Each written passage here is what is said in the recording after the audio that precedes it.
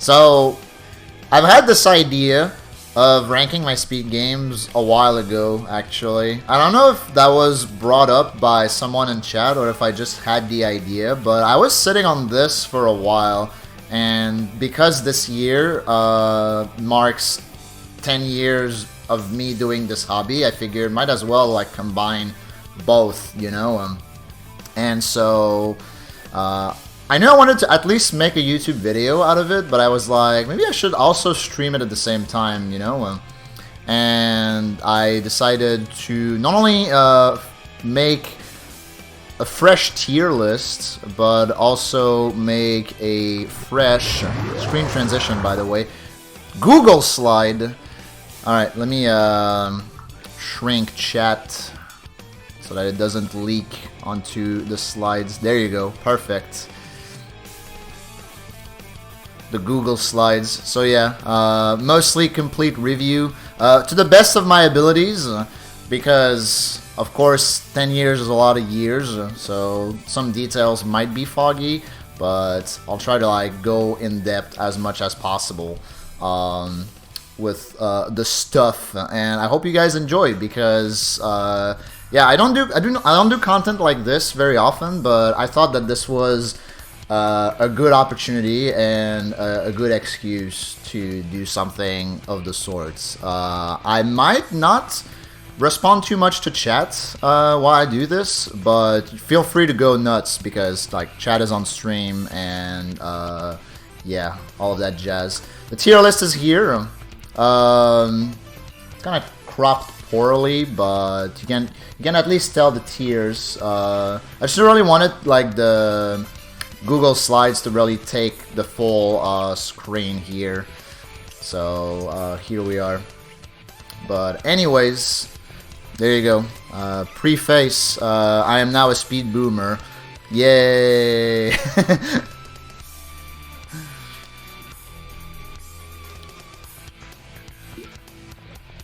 So yeah, real quick, thank you gamers once again for tuning in to the streams and supporting me through my speedrunning journey. I really appreciate it. And yeah, hi YouTube, of course, because this is gonna go on YouTube once I'm done with it. Yeah, really decided to go ham by making Google Slides and making an official tier list that you guys can, you know, work on later if you want, because it's public, so it's up to you, whatever you want to do with it. And yeah, so the game plan today is gonna be to go over all of my speed games, which like I've said already, and but also like talk about the lore, like how I got to running those speed games, and why I'm running them, and what were my motivations back in the day. Like I really want to really basically do a deep dive on all the speed games that I run, and hopefully you guys will enjoy that, and then afterwards rank them quote-unquote objectively. But it's basically going to be me ranking them based on both how much I like them and how much I guess the speedrun both means to me, and like how I feel regarding the speedrun, you know? And then after that, obviously roll deep, because you gotta roll deep if you're watching Void.tv, and talk about future speed goals, of which I have actually a decent amount. When I was making those Google Slides, I started thinking about like what future speedrun plans I really wanted, and then I kept thinking of more and more, you know? It's it's just like the common speedrunner trap of like, you know, you want to run all the speed games, but you don't necessarily have the time to do so. Alright, so let's get started. So 2012 is basically when everything started. I've told that story before on stream several times, but this is really this is gonna be like probably like a recap as best I can, and also like the official lore, if you want. But in 2012, I was watching Twitch, but I was only watching Magic the Gathering streams. And then at some point during that summer, I scrolled and navigated through the Twitch games directory, and I saw that Super Mario 64 had 2,500 viewers, and I was like, damn, what the fuck? How come Super Mario 64 has so many viewers?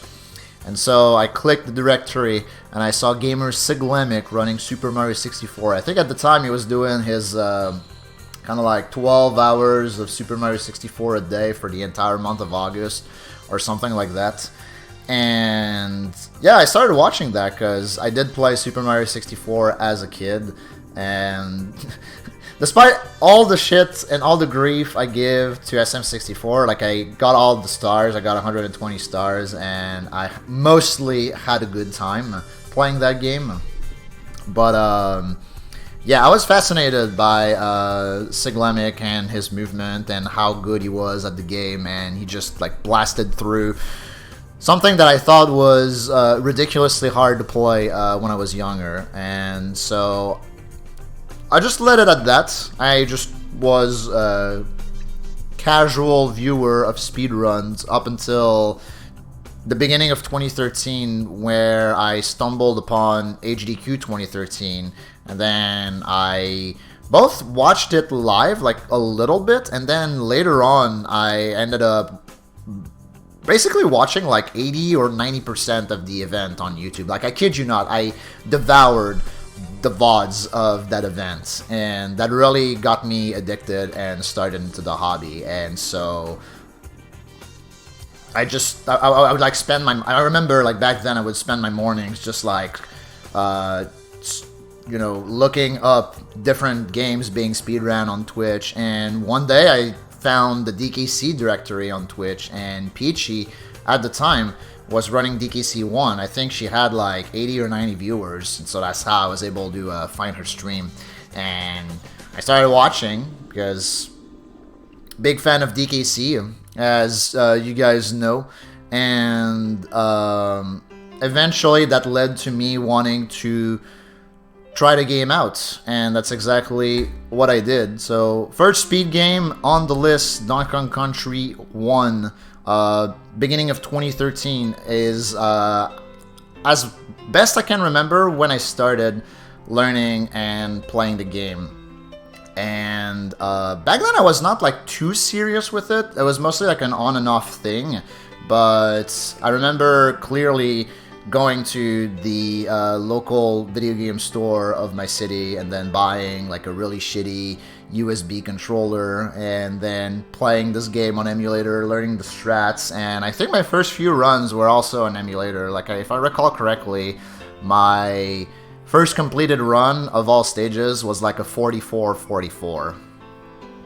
So yeah, and like I said, I got this 44, then I think I lowered it to, I want to say like a 38 or a 36 before taking a break, and then I came back later on and then kept improving it. But that's gonna be at that time when I was gonna be fully invested in speedrunning as a whole, because when I started out playing DKC 1, I was only on emulator, you know. I didn't really know how far I wanted to push speedrunning, so I wasn't really ready to invest a lot of time and money into buying like a good setup and a good computer and stuff like that. And yeah, just stuck with emulator for a while.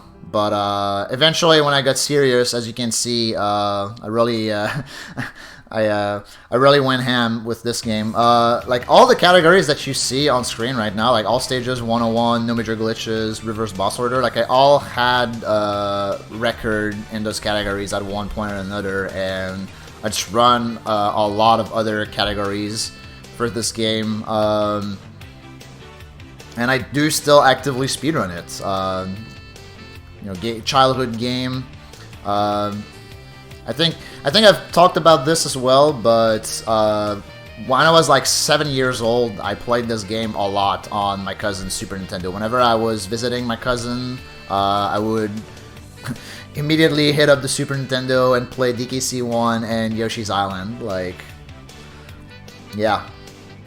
First speed game ever. And, yep, 3 GDQ runs for this game. This is, if I recall correctly, either, like, is it tied for first amongst, like, how many times I've ran this for GDQ? No, actually, it's the second. It's my second most ran game for Games Done Quick. I've ran all stages, 101%, and reverse boss order.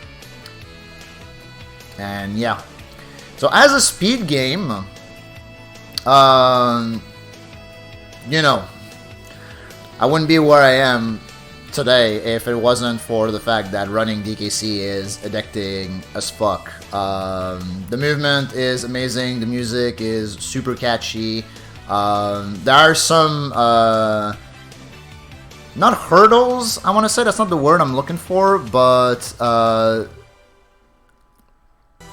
like the bonuses, for example, like, they're a bit lacking, but 101 still makes for a great category, in my opinion.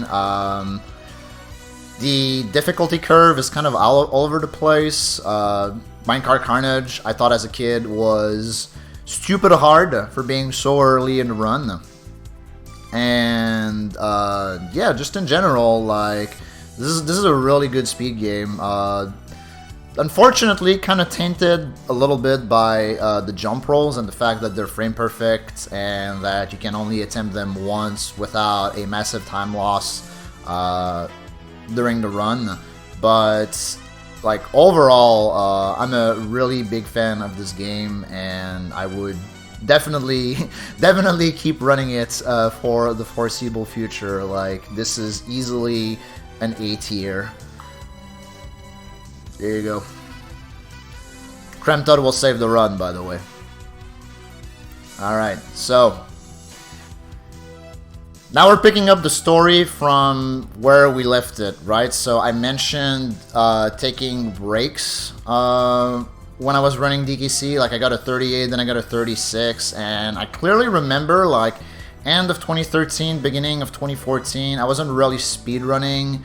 And then when summer of 2014 hit up, I caught the speedrun bug again, and that's when I started playing DKC2.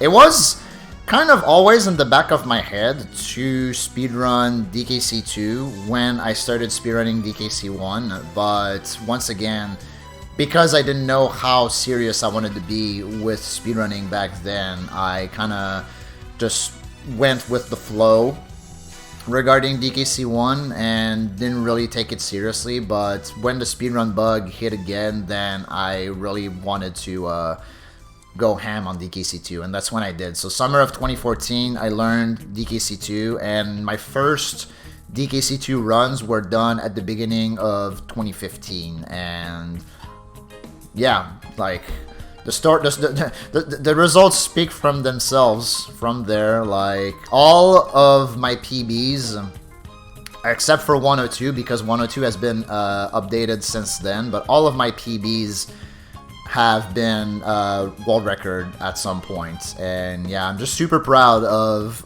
how far I've come with this game. This game is a blast to run. I keep saying it, but everything that made DKC1 great, like, this game just improved on it. Like, the music, the movement, the strats, it's just like the perfect speed game. Like, it's just the right balance of platforming and tricks and difficulty wise. Like, it hits the spot for me. And yeah, I'll like, for as long as I speedrun, I'll speedrun this game. Nothing more to say about that. I'm most known for the speed game, obviously, in no small part due to the fact that I've been I've started getting big into the speedrunning community, and also I've ran this game this was my first GDQ game that I ran, basically. And yeah, at the time, there were not like as many DKC runners in the community and whatnot. And yeah, I just like when I went ham, and when I like the lore as well of me basically coming out of nowhere with running DKC, because I didn't stream like back. That's something I didn't mention actually. When I was speedrunning DKC 1, I was not streaming my DKC 1 attempts. I was exclusively sticking to offline gaming when it came to running DKC 1. But DKC 2, I started running the game, doing my first runs beginning of 2015, like I said, January. But I think I started streaming my runs late March. And yeah, by that time, I already had like, I think a 41 or a 42, which at the time was really, really strong because world record was a mid 40, if I recall correctly. And yeah, so from there, March 2015, started streaming my runs, and I think 3 months later, I had record in any percent. And yeah, just kept on improving it and just kept on running it. And this game is great. You should run this game. And yeah, this is the game I've ran the most for GDQ, 4 times. I've ran any percent twice. The first time for AGDQ 17, the second time for AGDQ 2022, which was the 4-way race. The first time I ran any percent was when we did the trilogy relay. Then 102 for AGDQ 16, which I already mentioned. And Warpless, which was in HDQ, was it 19 or 18? I think it was 18. Having trouble remembering because that race that I did with Waffle of DKC2 Warpless, shouts to Waffle by the way, involved a lot of Fireball.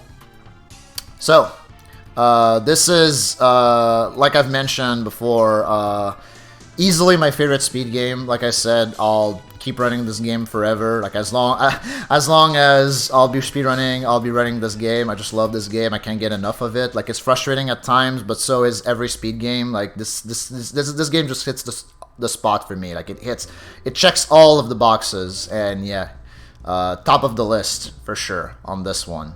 And so here we are now.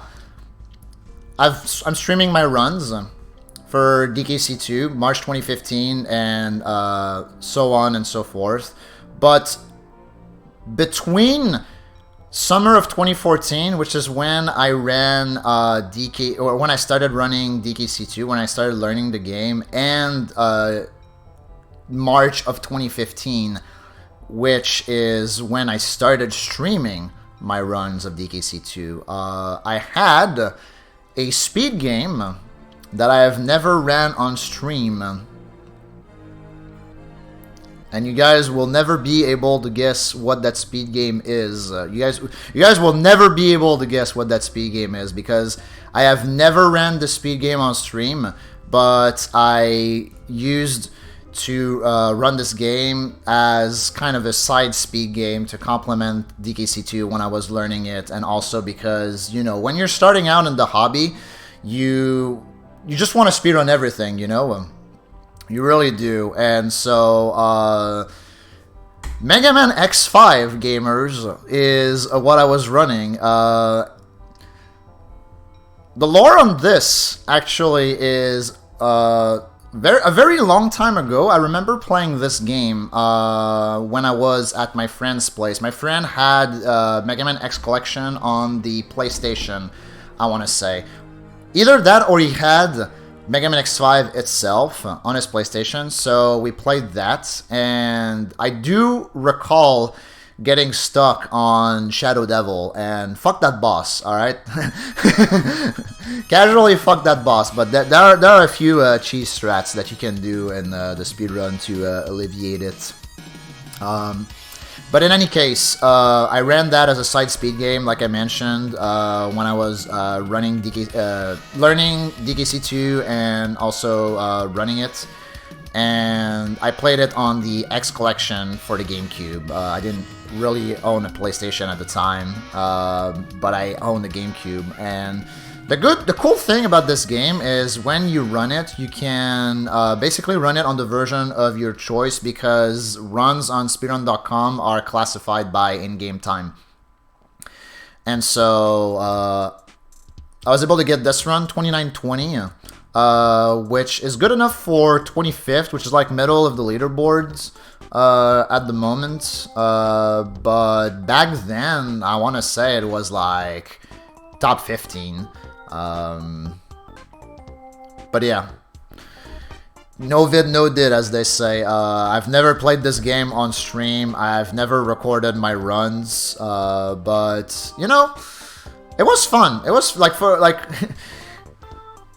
I know this game gets a lot of flack for like, you know, what it is casually, but I did enjoy speedrunning it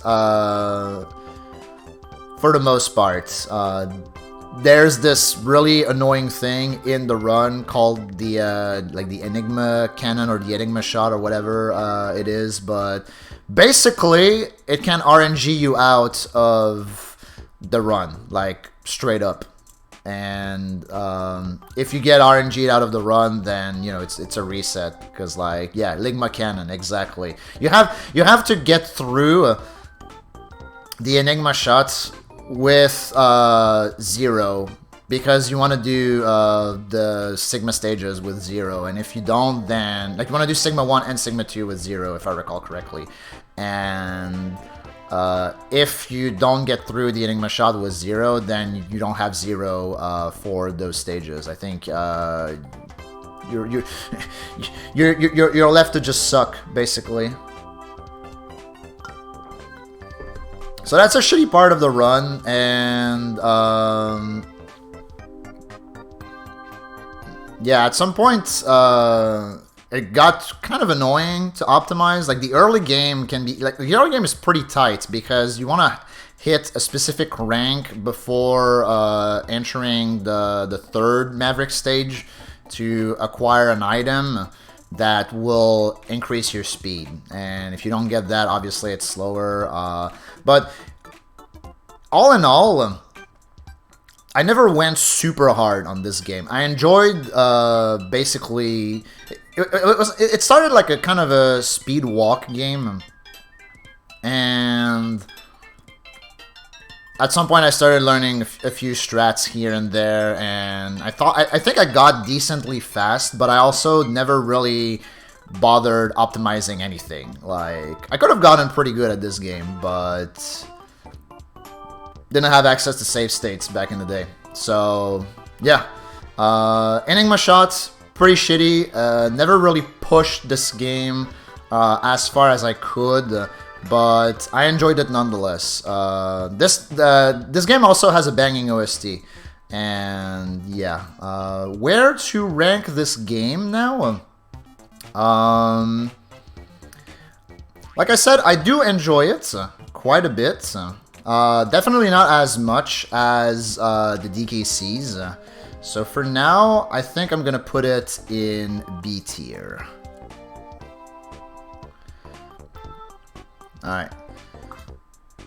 So now we're picking up the story back to about summer of 2015, when I was streaming my DKC2 runs.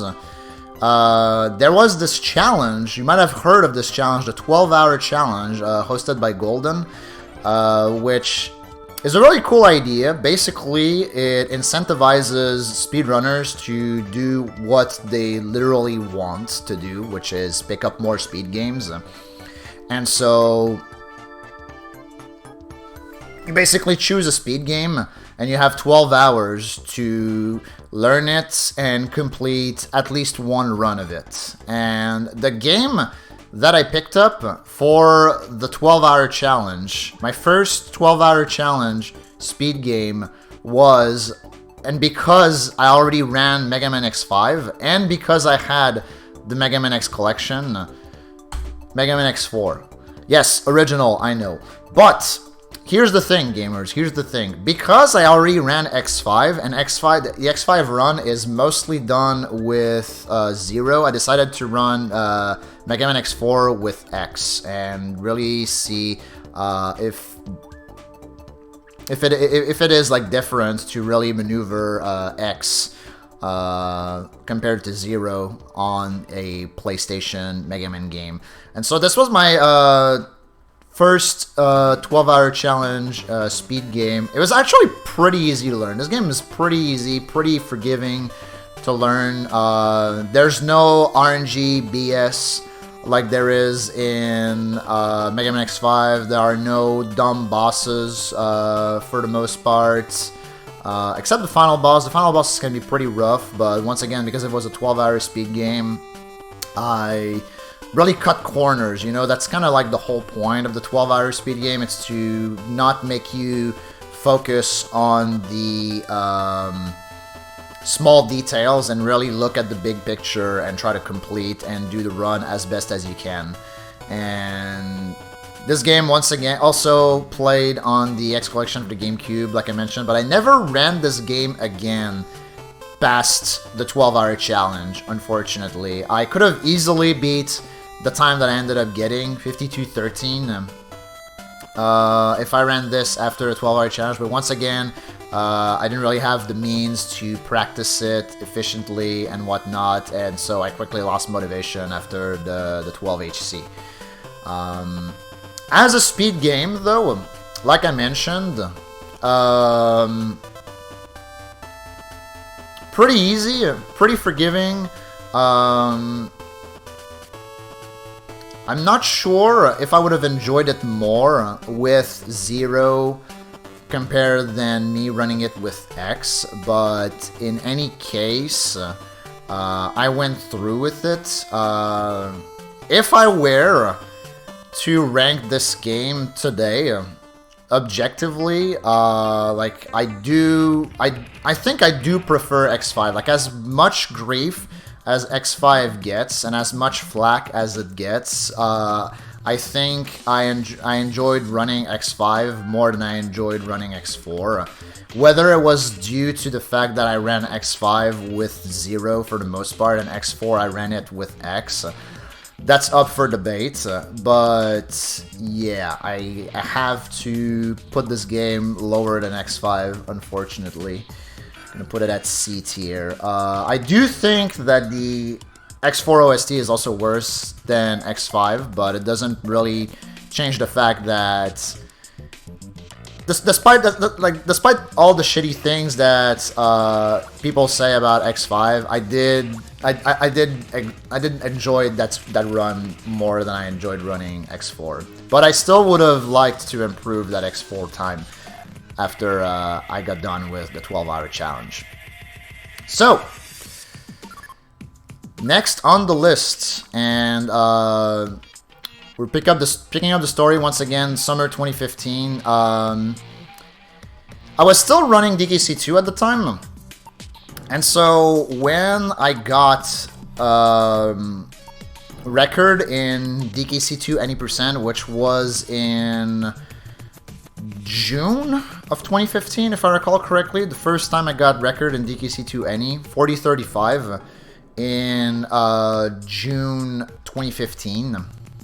I then decided to start running 102% after that, and after I got the time that I wanted in 102%, which was sub 130, I really grinded hard for that 102% time, that sub 130. I just because 102 didn't really have many runners back then. It also wasn't really optimized, and I really wanted to really improve on it, and make people realize that, hey, it's a good game, it's a good category, and eventually that got rewarded by me running it for HDQ 2016 a few months later. But after I hit sub 130, I said for the longest time that I wanted my next speed game to be Yoshi's Island, and so that's exactly what happened. After I hit my goal time with DKC 2 102%, I started running Yoshi's Island.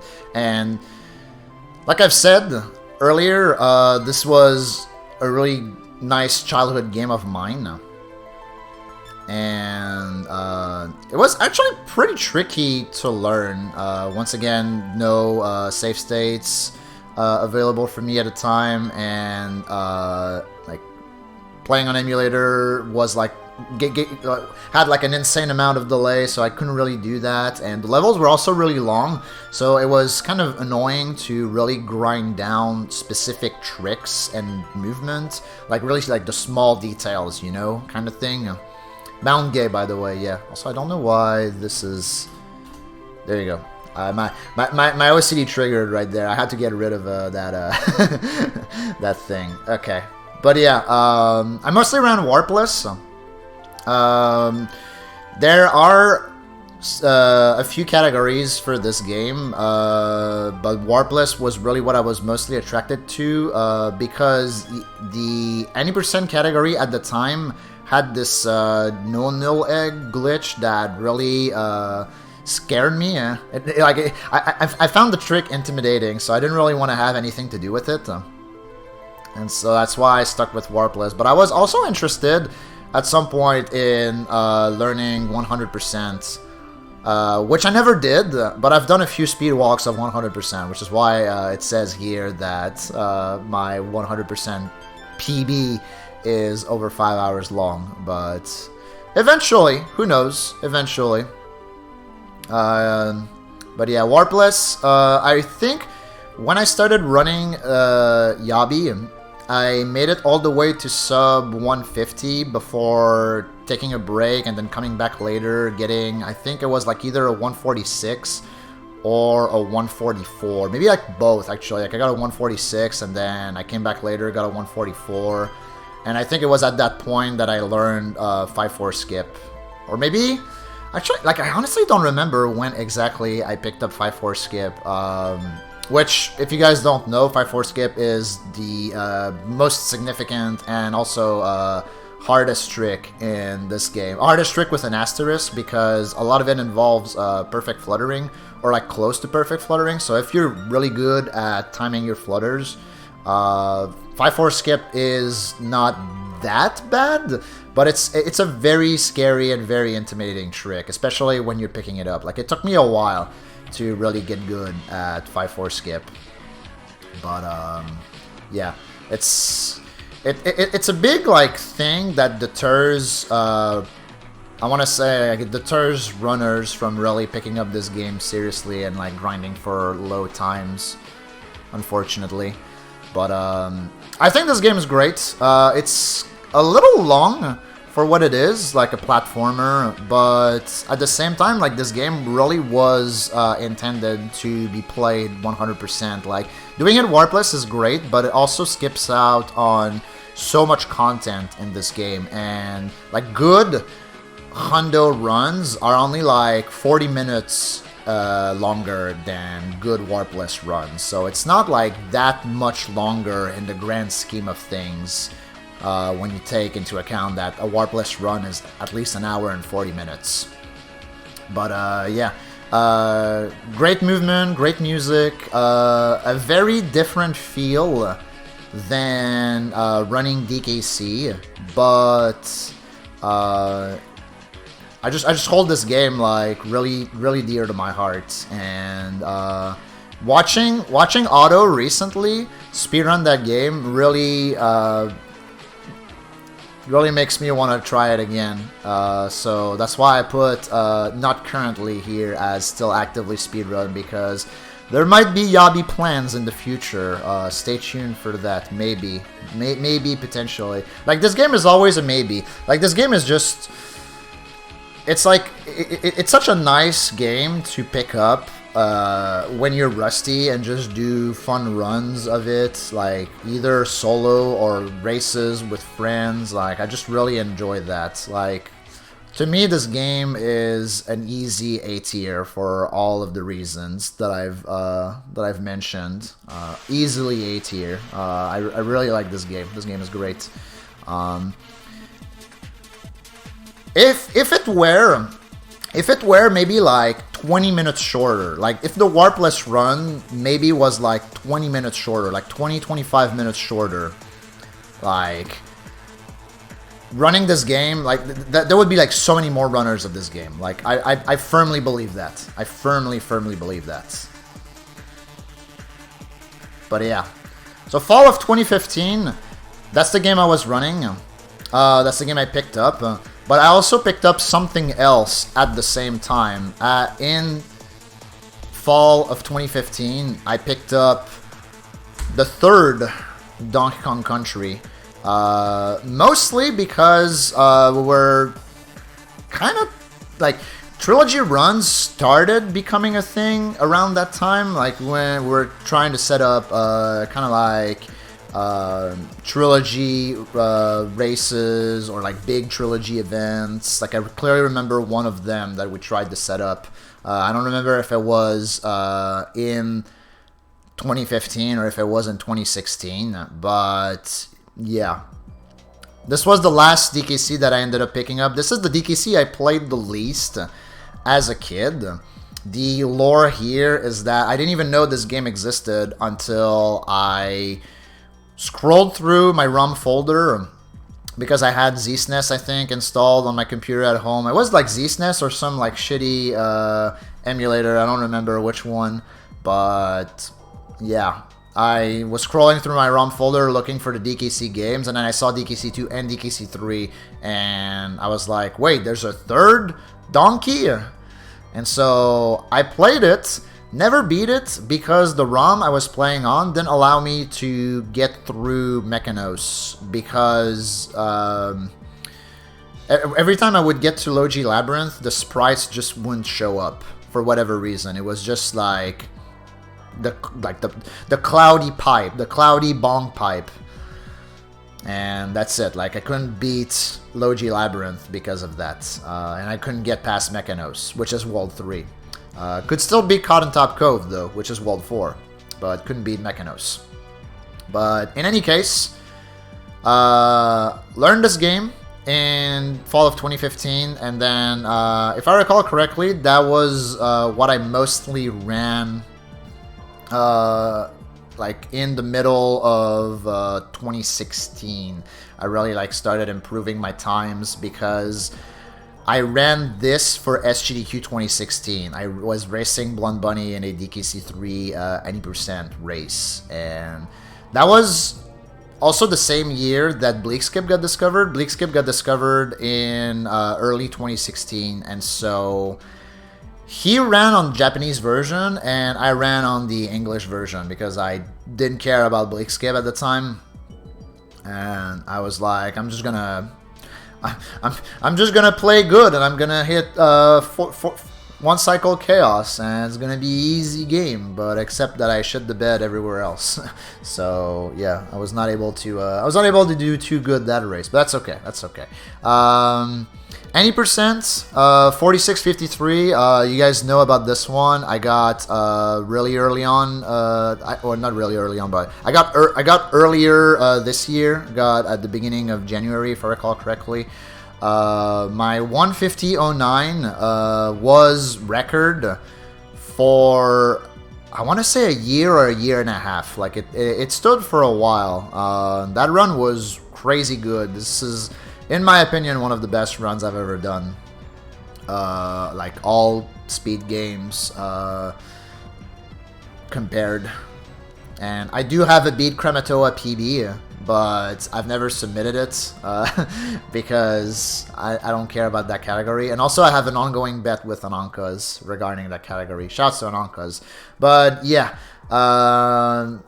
I mentioned the AGDQ 2016 race with Blunt, and the other time I ran this game for AGDQ was the 103 run that I did at AGDQ 2020, which wasn't even supposed to be me. It was supposed to be Sui, who was gonna run 103 for AGDQ 2020, but he unfortunately could not make GDQ anymore because of, I want to say it was work-related stuff that prevented him from traveling to the US, but yeah,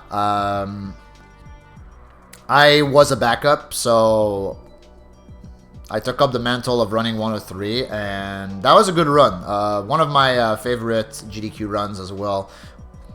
And yeah, I do still actively speedrun that game. Like, the current grind right now is for a 46 2x and 80%. And I also really like this game. This game is great. This game also gets a lot of flack. People say that it's the worst DKC or whatever. Like, this game, when I picked up this game, it had such a bad rep in the community. Not only in the community, but just overall. Like, it was so frowned upon. And then I want to say like 2016, 2017, 2018, there started to be a mentality shift regarding this game. And now whenever I stream this game, a lot of people roll in and they're like, hey, this is my favorite donkey. Like, this game is great. Thank you for playing this. This is one of my favorite games in my childhood. And I'm like, hell yeah, because this game is awesome. I'm glad you're here. But yeah, yeah, like I want to say like a big reason why people didn't really enjoy this game was the sheer amount of gimmicks in the game. Like, every single stage has its own gimmick and whatnot, but like, when you're speedrunning this game, it doesn't really make a difference. And also, DKC2 has gimmicks as well, so that argument doesn't really hold water in my opinion. But in any case, this game doesn't have as many tricks as DKC2, and the movement is a little different compared to it. Like, it's a little maybe not more polished, but it's just like more sluggish, I want to say. Like, sluggish in the sense that it takes you longer to jump, takes you longer to land, takes you longer to turn around, stuff like that. It's like it's not as tight as DKC2, so there's definitely like some consideration, or some, like, you know, you have to keep that in mind when you're running that game compared to the other DKC games. But I really like this game as well. The OST, not as good as the other two DKCs either, but I just think that this game has a lot to offer. Like, 103 is my favorite category from this game, and it's one of my favorite categories to speedrun, like, across my entire repertoire. Like, I just really like 103. And yeah, really not much else to say about this. Like, I think this game is severely underrated still, and I'm gonna put it in A tier. Not really gonna care about where I put the games compared to like one another in the same tier. Just like consider me putting the games in one tier as like rating them equally with all the others. But yeah, I really like DKC3. I think this game is really good.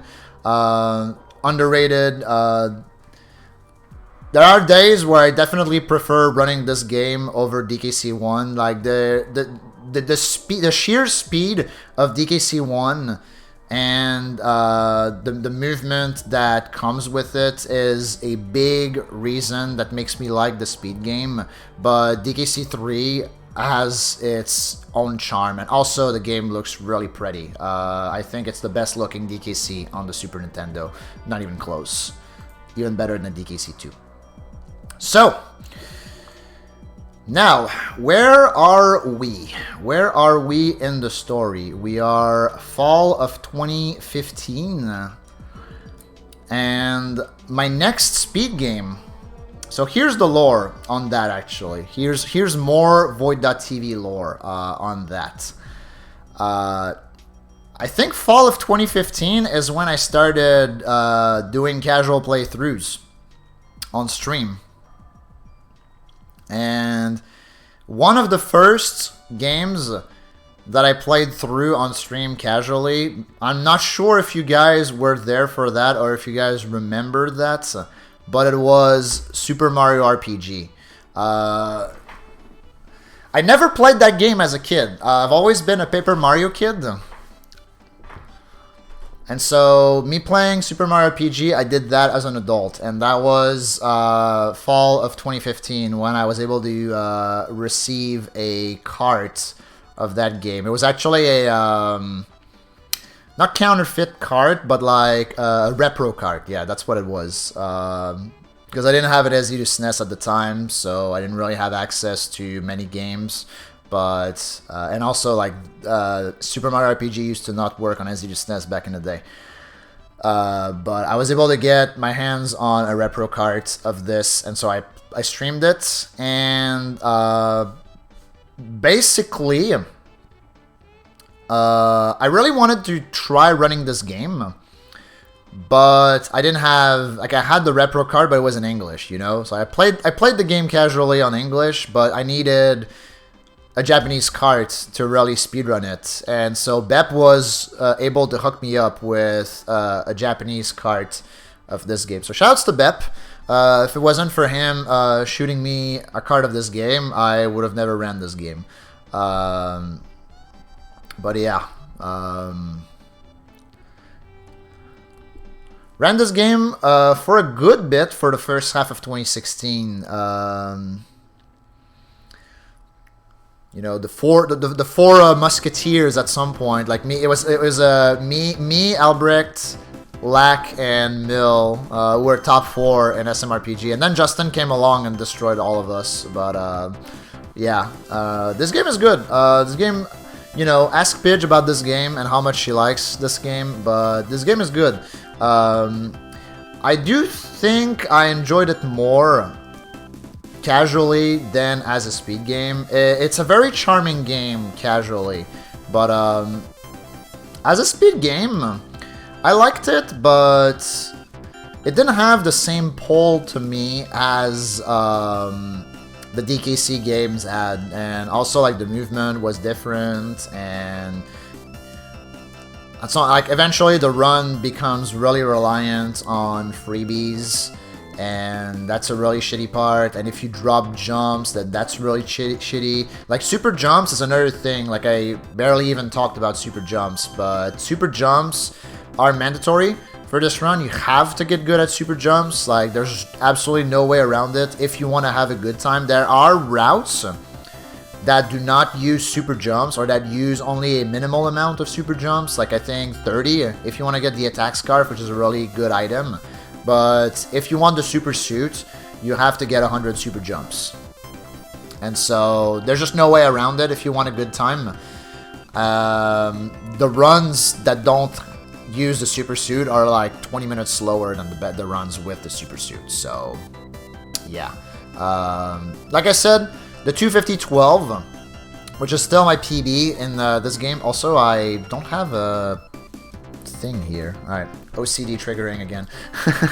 But yeah, anyways, the 250-12 there was tied with record going into the final boss, and then I choked massively. Like it was supposed to be the sub 250, like even like it was tied, but realistically I would have had second place with that run, and then I choked my dick off. I choked massively, and yeah, I ended up getting this run. This was one of the most disappointing PBs, like the most disappointed I've ever had to PB.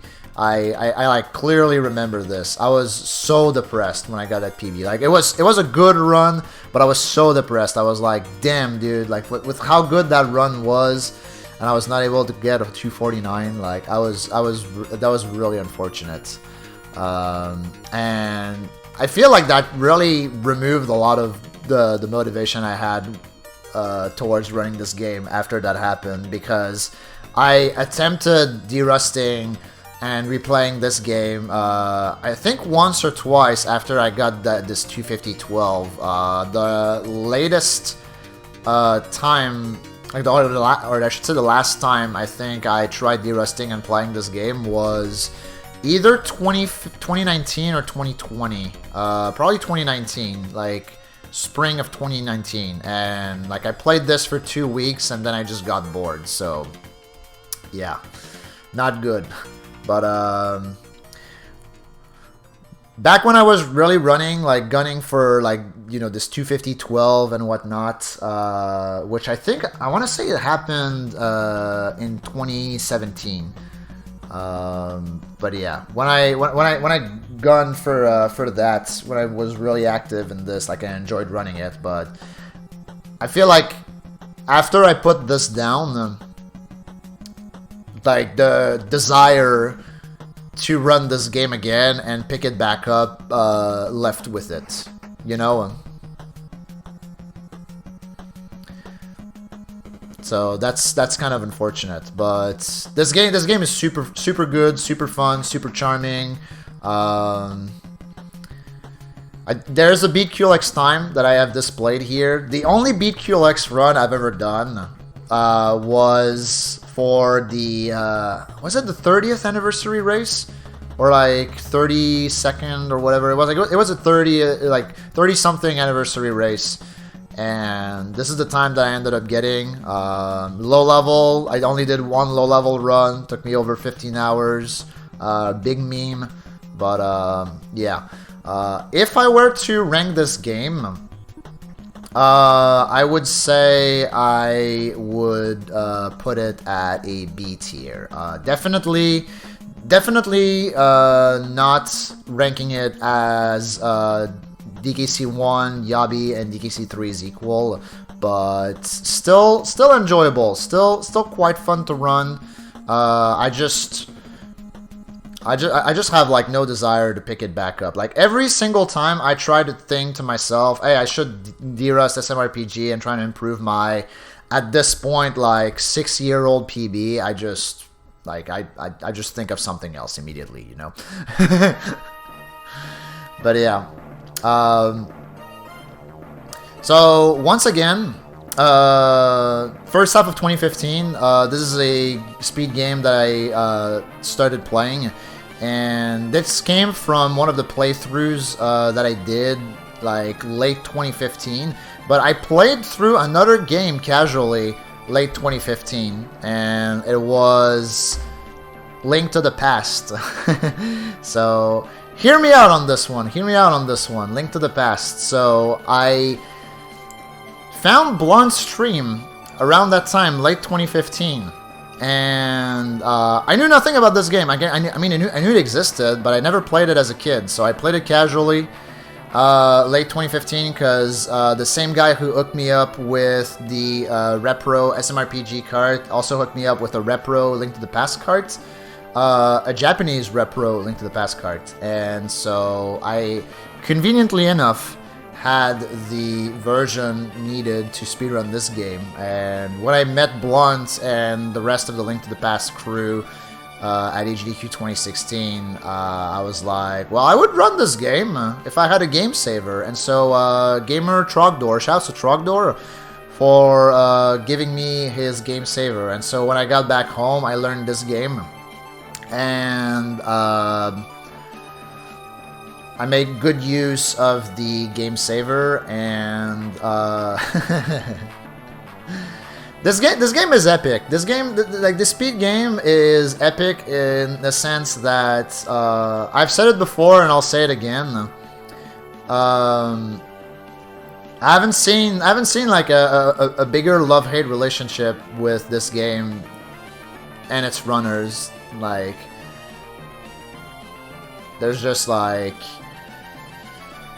there's a lot of BS that can happen in this game. That game definitely frustrated me a lot, but nevertheless, I enjoyed improving at this game. I enjoyed speedrunning it, going fast. It felt good to be good. Yeah, that's a good way to put it, Glenn. Favorite game that you hate. And like, I'm really proud of how far I've come playing this game, like how far I've gotten with the speedrun, considering like how hard it is to run this game at a high level, and how far I've come running this game. Like, I'm very proud of myself. And yeah, like the Rolandy crew is basically like, back then it was the only reason why I wanted to pick this game up, because almost all of them ran Link to the Past, and I was like, hey, I'm gonna be part of the gang. by running Link to the Past. So, but no regrets. No regrets on that. Especially like not that I look at the PBs that I have, you know. After I got sub 130 though, like my initial goal with Link to the Past was sub 130, and after I got that, I never ran this game again outside of tournaments. It's really interesting because like after the sub 130, there were 2 Link to the Past No Major Glitches tournaments that got hosted. And I was able to go from a 129 to a 126 during the first tournament. And the second tournament, which happened somewhat recently, like I want to say, when was it? Was it like last year or 2 years ago? When the second tournament happened, I went from a 126 to a 124. So, yeah. And at the same time, I got this Master Sword PB, but like, Master Sword is whatever, like, it's Light World RTA that you have to like do a few extra rooms, like learn a few extra rooms for it because you can't do 7 quit, or you can do 7 quit, I should say. You cannot do 7 quit in the main category, but you can in Master Sword. Weird rule. But in any case, yeah, like I've said, this game really frustrating. Like I loved to hate running this game, but at the same time, like, I'm looking back at what I've accomplished in this, and I'm really, really proud of myself. But at the same time, I'm okay. I'm okay with never running this game again, like with how far I've come with it, you know? Like, I don't see myself coming back and going for a 123. Like, I'm good, you know? This is I think that's it. But retiring on top from Link to the Past. But where would I rank Link to the Past now?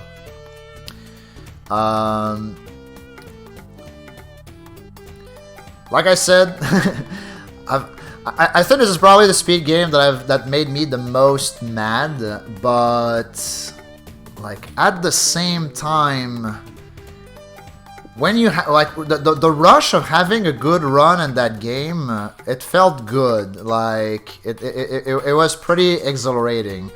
I'm not sure if it's a B or a C tier, honestly. I kind of want to put it in B tier. I'll put it in B tier because despite all the match, like this game had some redeeming qualities to it. Like running this game had some redeeming qualities to it. Yeah, GT on pace is a rush, absolutely. All right, so now that was pretty much my whole 2016, really. Like with all of those new games that I had learned and like also was busy improving at. Like SMRPG, Link to the Past, DKC3, like my 2016 was pretty loaded.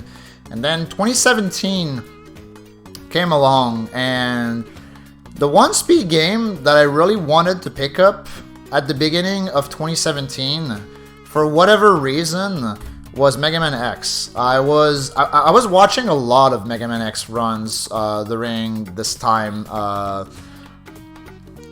and I've always liked that game casually. Like I was such a big fan of that game and watching the runs of that game, and I was like, I kind of want to try it myself. Like shouts to Walrus and Tokyo and Fatso, all the Mega Man X runners, the lads, the Mega Man X lads, for really like motivating me to pick this game up.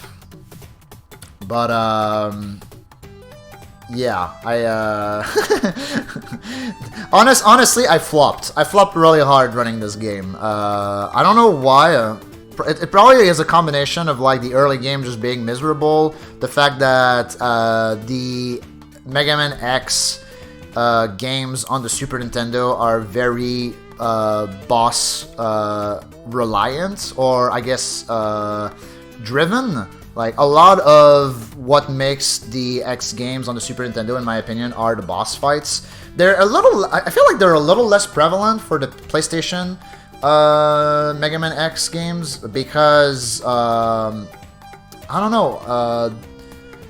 It's probably just an illusion due to how the movement operates differently in the PlayStation games compared to the SNES games. But yeah, I just couldn't get into running this game for all of those reasons. I made it to a low 38. And I did the iceless route, and I probably should not have done the iceless route because I wasn't too good at iceless. I could do iceless, but I was barely saving time with it every single run. You know, like I was getting it third try or whatever. Like I think my PB has iceless third try, for example. So yeah, like the intro fucking sucks. You don't have dash until Penguin, like halfway through Penguin, and then like you have to beat Penguin, which is a buttload of RNG.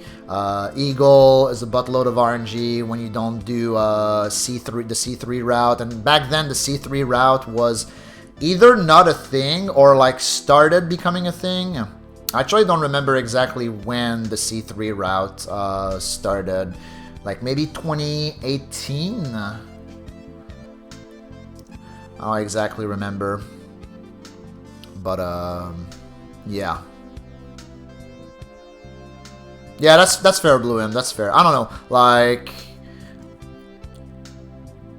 a big reason why I couldn't get into Mega Man X was like how annoying it felt to get through the bosses, you know? Like in DKC, the bosses are such basic bitches, you know? And then you can just go back to the platforming and what really makes those games fun to run to me. And like, while the platforming in Mega Man X is also really good, like the boss fights were just so tedious and so unfun that, yeah, I just couldn't, unfortunately. I still love watching runs of this game. This game is great. I am still a big fan of this game casually. Like as a kid, I never beat this game. I think the furthest I've made it playing this game casually was Bow Spider. Like as a kid, I think as far as I made it, it was Bow Spider. But yeah, I think I have to unfortunately put Mega Man X in C tier. As much as I like that game, it is C tier. Alright. So now, it's story time again. So, what do you guys think is the next speed game? It's gonna be a good one. It's gonna be a good one if you guys can figure it out. The next speed game, I actually started initially running as a bet because it was actually a dare that if I could beat gamer Green Bomber, which was back then known as RPG, in Super Bomberman 2, he would run DKC2. I had 2 weeks. I had 2 weeks to beat his time in Bomberman 2, which was a 23:19, I think. 23:19. And so I was like, all right, bet. I'm gonna try this. And this game I've played also as a kid. I never beat this game as a kid because once again, the ROM I was playing on, combined with the emulator, made it so that I couldn't see some of the sprites going into, I think it was World 3. When I got to World 3, some of the enemies were invisible. And so I would lose most of my playthroughs in World 3. So I never beat this game as a kid either, but I really liked this game. And yeah, so the way the story ends is, yeah, mid-2017, made the bet with RPG, and I think I beat his time on like day 11 out of 14. And so after that, he had to play DKC2, and I think he got like a 47. in 2 weeks. It was like 2 week time periods for us to run our speed games. But yeah, so I got I think I got a 2239 back then, and I had a comeback. I had a Super Mario Man 2 comeback later. I don't remember which year. Probably like 2019 that I had a comeback. Like I remember I was running Bomberman 2 at the same time as another of my speed games later, like maybe 2019. And I might have been able to improve my Bomberman PB then to what it is now, which is 2222. I did not highlight the PB video, unfortunately, because I'm stupid, literally. But yeah, this is what I have, and like also another reason why I didn't highlight the video is because the PB VOD is because I didn't bop anyone on the leaderboards with that 2222, so I'm still 7th, or I was like 5th or 6th back then. But it's funny because when I was making those slides, I checked the leaderboards for each of my speed games, and there's a Japanese runner that came along for this game that completely, utterly destroyed the old record. Like, I think the record now is sub 21, if I recall correctly. Like, he actually fucking went Sigma mode on us. But yeah, in any case, that's the lore behind Super Mario Man 2.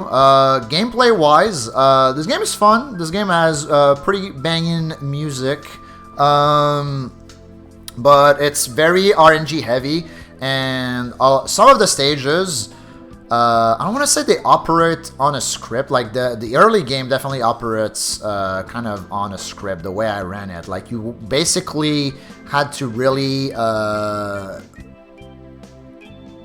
closely follow movements to make sure that the RNG for next stage would be proper, for example. And also, you really needed the gloves on the 4th stage. If you didn't get the gloves on the 4th stage and it was a random drop, your run was dead. Like, straight up, your run was dead. Like, you had to reset. And that was annoying. So, like, the run is very reliant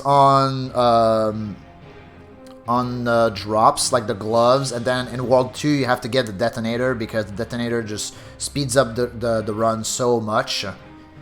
And the run is also super fragile. Like, you have hearts.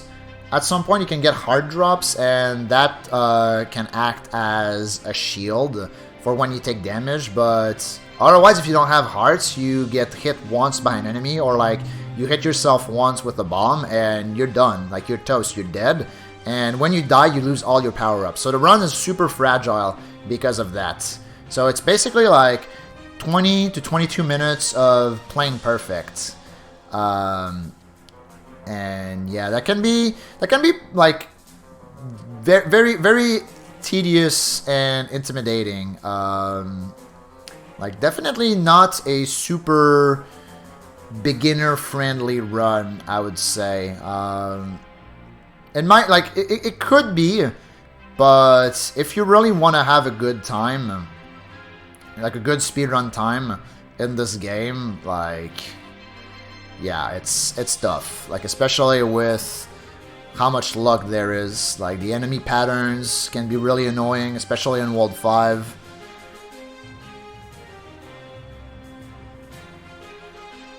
But yeah, with that being said, Super Bomberman 2,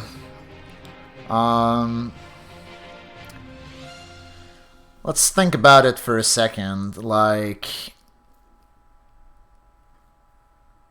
honestly, like it might be C tier. It might be a C tier. Like, I'm looking at SMRPG. And I would be more inclined to improve my PB in SMRPG than improve my PB in Bomberman. Probably because it would be easier. But yeah. I just think that like the run is so fragile and so brutal that yeah, it was fun to run. Like I definitely enjoyed Bomberman more than X4 or X1, but I don't know if I enjoyed it. Maybe it is B tier actually. I think I'll put it B tier. Yeah, B tier. Bumping Bomberman to B tier. There you go. All right, so.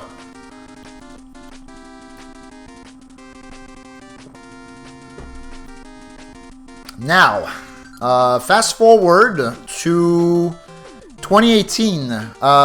There's something that happened at the beginning of 2018. Well, aside from AGDQ, obviously, but I remember like 2018, I basically had like a Christmas list this long of speed games that I wanted that year. And one of the speed games was, you guessed it, Mega Man X2 February. I can't stop, you know, I never learned my lesson regarding Mega Man games, really. Like, I always have to try more and really, really, like, give them, like, you know, shot after shot. But, yeah, the idea behind X2 February was to learn a game as, like, a crew. Like we would be like maybe like a bunch of people, and we would like all learn X2 at the same time and improve at the same time, and maybe like race and whatnot. Like that was the idea. Like, you know, the thing that I mentioned about the Smurfs not that long ago. Like that was like X2 was the like first attempt at something like that, and ultimately, if I recall correctly, it was like me and Vaya who ran Mega Man X2 for X2 February, and that's it. Maybe somebody else, but I don't remember. I don't remember if we were 2 or 3, but yeah, it was at least me and Vaya. And yeah, I ran X2 for that month, and that month only. I didn't run X2 after that. I was like, yeah, maybe I could like improve X2 like after the month of X2, but yeah, after the month got done, I was like, all right, I'm out, man, I'm out. 3454, funnily enough, is the same X2 PB that known gamer I Hate Your Pie has. So I'm tied with Pie for Mega Man X2. So I'm like, why should I improve my X2 PB? You know, like. Just gonna be tied with Pi in this game for the rest of eternity, which is good, of course. But yeah, run-wise, this is more or less what X1 was like in my eyes. X2 like it has more interesting stuff, more interesting strats. But it's like the same, like, you know, boss fight grind, and then like the boss rush kind of thing is more annoying because the Shoryuken is not the Hadoken, so it doesn't one-hit KO the bosses, so you have to like do a bit of setup. You do start with the dash boots, which is an upside over X1, but yeah, like honestly, there really isn't much to say about X2. Like I ran that game for the challenge. Looking back, I wouldn't run that game again. But this is another game that I really really enjoy watching runs of. Like shoutouts to once again my man Tokyo for running X2. Tokyo is the man, and all the other X2 runners that I've watched in the past to. Make me pick this game up, but yeah, this is not a game. This is not a game I would play again, for sure. Let's go with C tier as well, just like Mega Man X1. Despite the fact that I know a lot of people say that X2 is the better speed game compared to X1. Like to me, they were kind of one of the same, unfortunately. Fuck Sponge, yeah, agreed. Alright, so now, how far have we come? 2018, we're at early 2018. I want to say,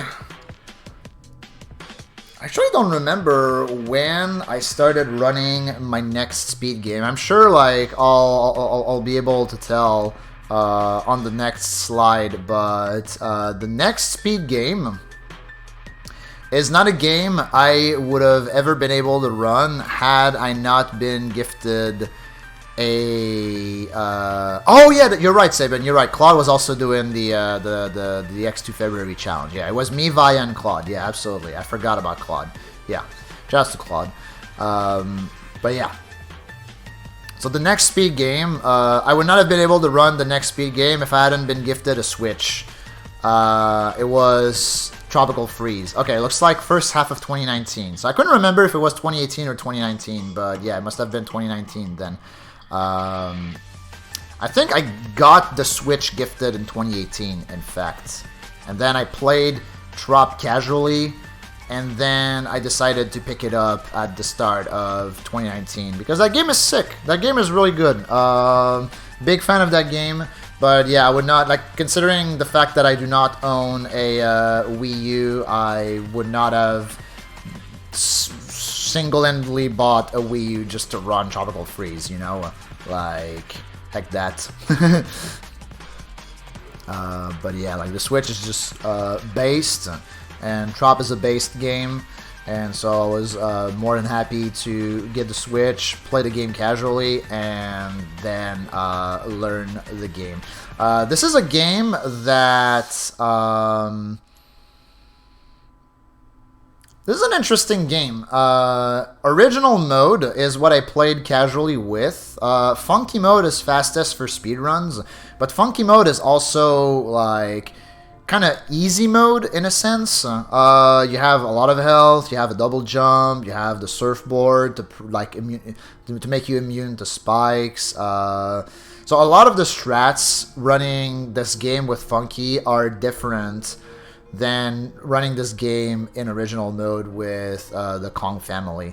But nevertheless, like running this game with Funky is really sick. Like this is a good speed game, and the music is amazing. Like the graphics are awesome. Like this game just owns. I'm pretty sure though that when I ran this, I got screwed over by the fact that there was just so much input delay with my old TV. So I'm pretty excited to get back to this at some point with my new setup. Like the retro thing plus the new monitor that I bought. The monitor that has like a low latency or whatever. And so yeah, I'm looking forward to that. I'm really looking forward to that. That's gonna happen at some point. That's why, like, still actively speedrun, not currently. Like, I want to get back to Trop at some point. My goal when I ran Trop, like, I'm pretty sure I did 2 grinds with Trop. Like, I got a 124.14, if I recall correctly. And then I took a little break, and then I got back, and I wanted to go for like a 122. Or a 120, was it a 123? I think it was like top 5. I wanted top 5. That's what I wanted, yeah. I wanted top 5. But the run that I got was 122 pace. It was going to be 122, but then I choked my dick off on the final boss. And if you choke your dick off on the final boss, you lose $1 million. Like, it's unfortunate, but if you miss a hit on Frederick, you lose like, it's like 30 or 35 seconds. It's a lot of time. It's a lot of time. And I also ran all stages, which is functionally 100%. I got second place, but the run is like 2.5 minutes behind world record. So there's a lot of improvement that can be done here. But all stages is really hard. The temple levels are really hard.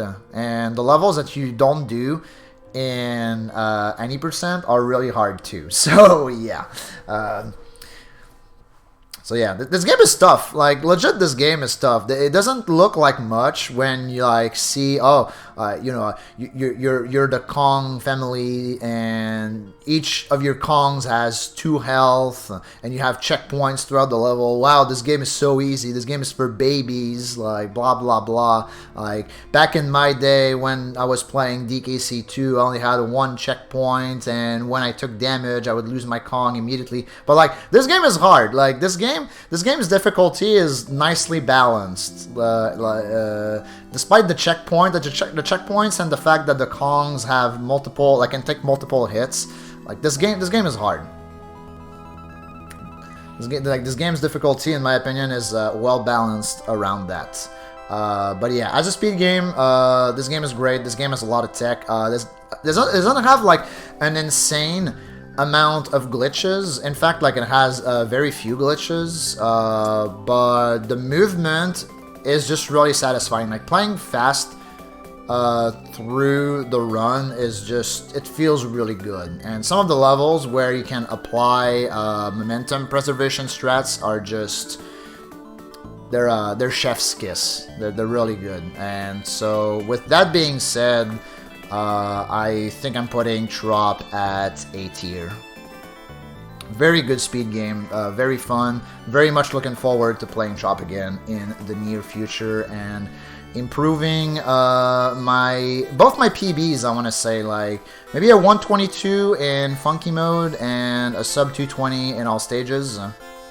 I said funky mode, like 90%. 122 and 80% and sub 220 in all stages, perhaps. We'll see. But yeah, if it wasn't for the fact that I got a Switch gifted to me, I would not have been able to play or speedrun this game. So, yeah. But yeah, now, so many people have been calling it. So many people have been clamoring for it. Pokemon Gold, believe it or not, was only a game I started running in 2020. Believe it or not, like, I only started running this game at the start of 2020. And when I realized that, I was like, there's no fucking way. But, yup. It really wasn't that long ago that I ran Pokemon Gold. And this game is great. This was my first game that I ran on... Not that I ran, but like... It was the first Pokemon game I ever played. Or I should say, like, Pokemon Silver was the first Pokemon game I played. But Pokemon Gold is better to run because you can get Sandshrews in Union Cave. And Sandshrew is your HM cut friend. So, yeah.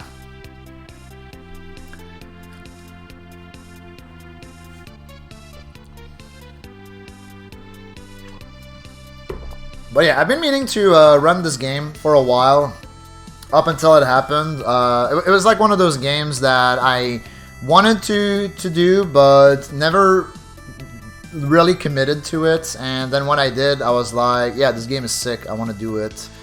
And yeah, happy 2020 part 4.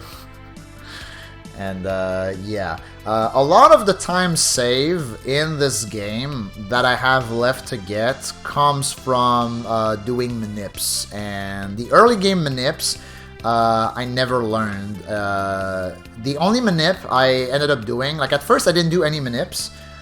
And then I started doing the lottery manip. If you do the lottery manip, you can get the Master Ball from the Radio Tower lottery and use the Master Ball to catch your HM friend for Waterfall and Whirlpool.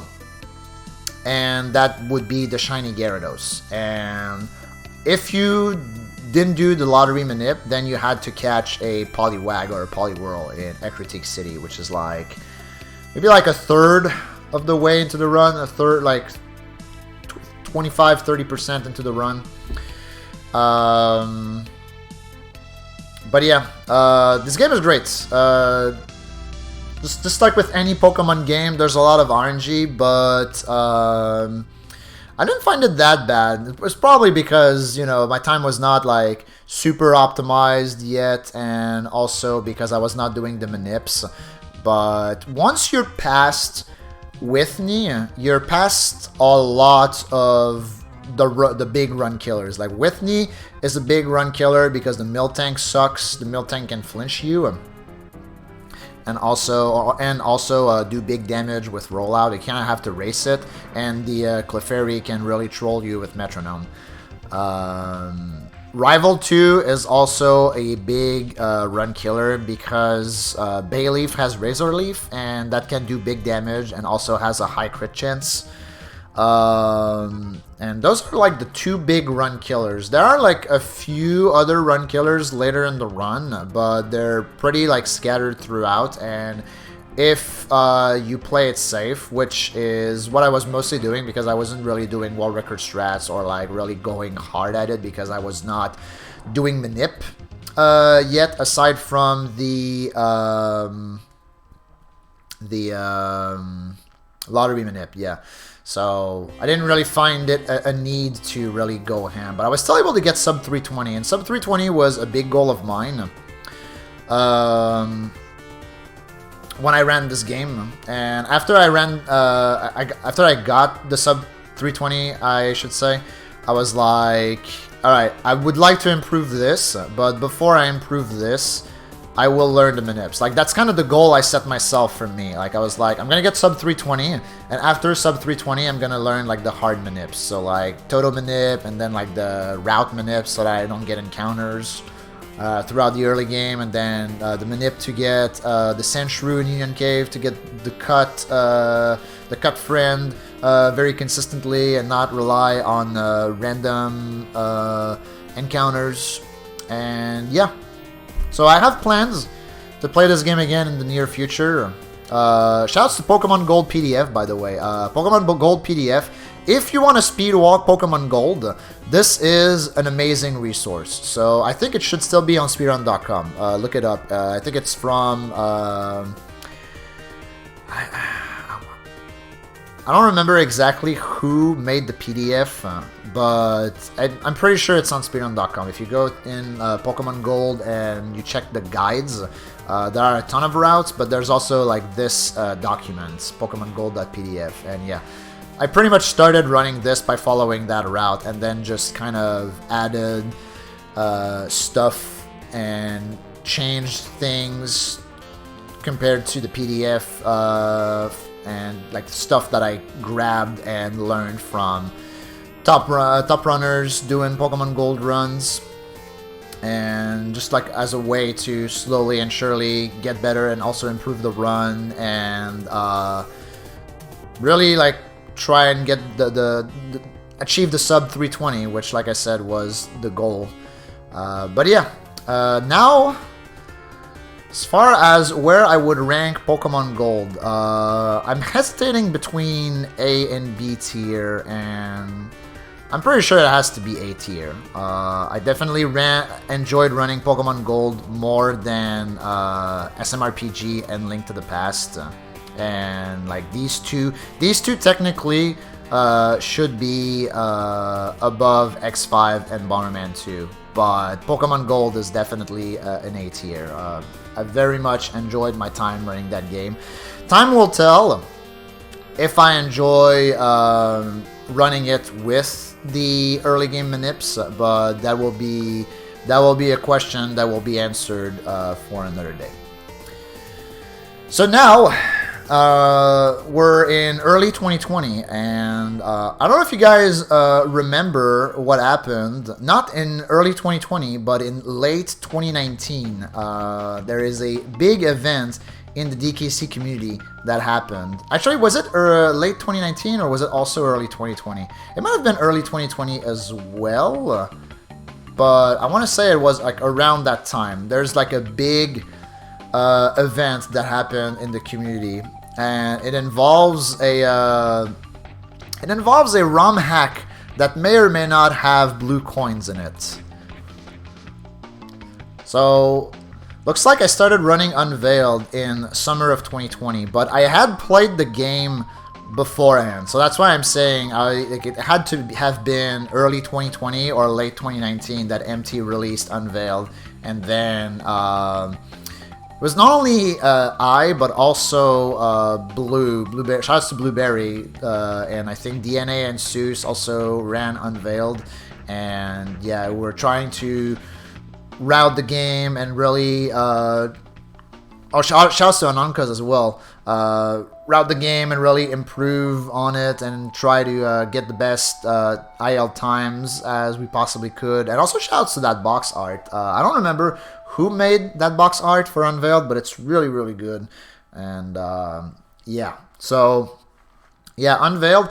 It's actually like the one game that I still have a record left in. If you exclude trilogy runs, where I still have 306%. But Unveiled, I do still have the any percent record in. That run was absolutely bonkers, by the way, the 5350. But before the 5350, I had... I want to say at first I had like a 58 something. That was the first sub 1 in Unveiled. Like the race for sub 1 was a thing back when people really started running this this game and this category. And I was able to get the first sub 1. And then after I got sub 1, which ended up being the 58, I think it was like either 58.14 or 58.41. But then after that I was able to improve that time to a 56. And from the 56, I was able to improve that to a 53, but that was like much later. Basically, the 56, if I recall correctly, I was able to achieve before doing my Unveiled run for HDQ 2021. And then when I came back to Unveiled later on, and I was able to implement a bunch of new strats, I was able to get this 5350. The 5350 only has like one death, but everything else is just so good. Like that run was really good, really strong run. And 102% is a really insanely hard run. But it's a run that I want to... I've been mentioning it several times on stream over the last few weeks, but I do want to get sub 2 in 102.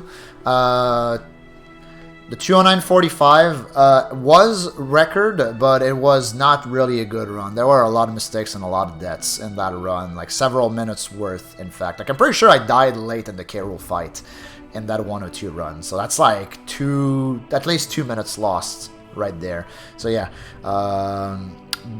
very much looking forward to grind for sub 2 and 102. That's going to be after the 46 2x in DKC 3 90%. So yeah, be on the lookout for that. Now, as far as this game goes, as a speed game, it's basically DKC2, but way the fuck harder. Like, it's a DKC2 ROM hack. Like, obviously, it's gonna be harder.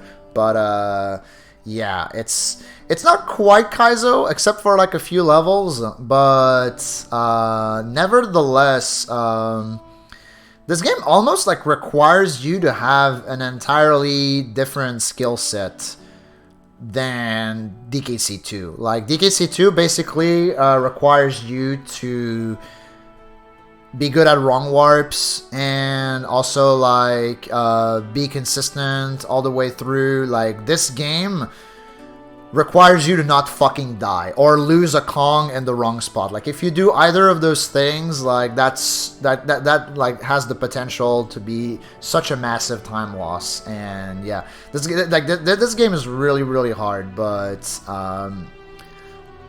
yeah, very rewarding to run. You know, DKC2 ROM hack. I don't think I enjoy running this as much as vanilla DKC2. DKC2 vanilla is still, you know, cream of the crop as far as speed games go. But shoutouts to MT and like all the effort he put into making this ROM hack as good as it is, because it is really good. And if you've never played Unveiled, do yourselves a favor. If you've never played Unveiled and you're a fan of DKC in general, like, do yourselves a favor and run this game. Like, this game is really good, but it's also really hard. You'll definitely be advantaged if you know your way around DKC movement than if you don't. But yeah, like, just like even just like playing Unveiled casually, like, you can go through the first 2 or 3 worlds without really getting walled by anything ridiculously difficult.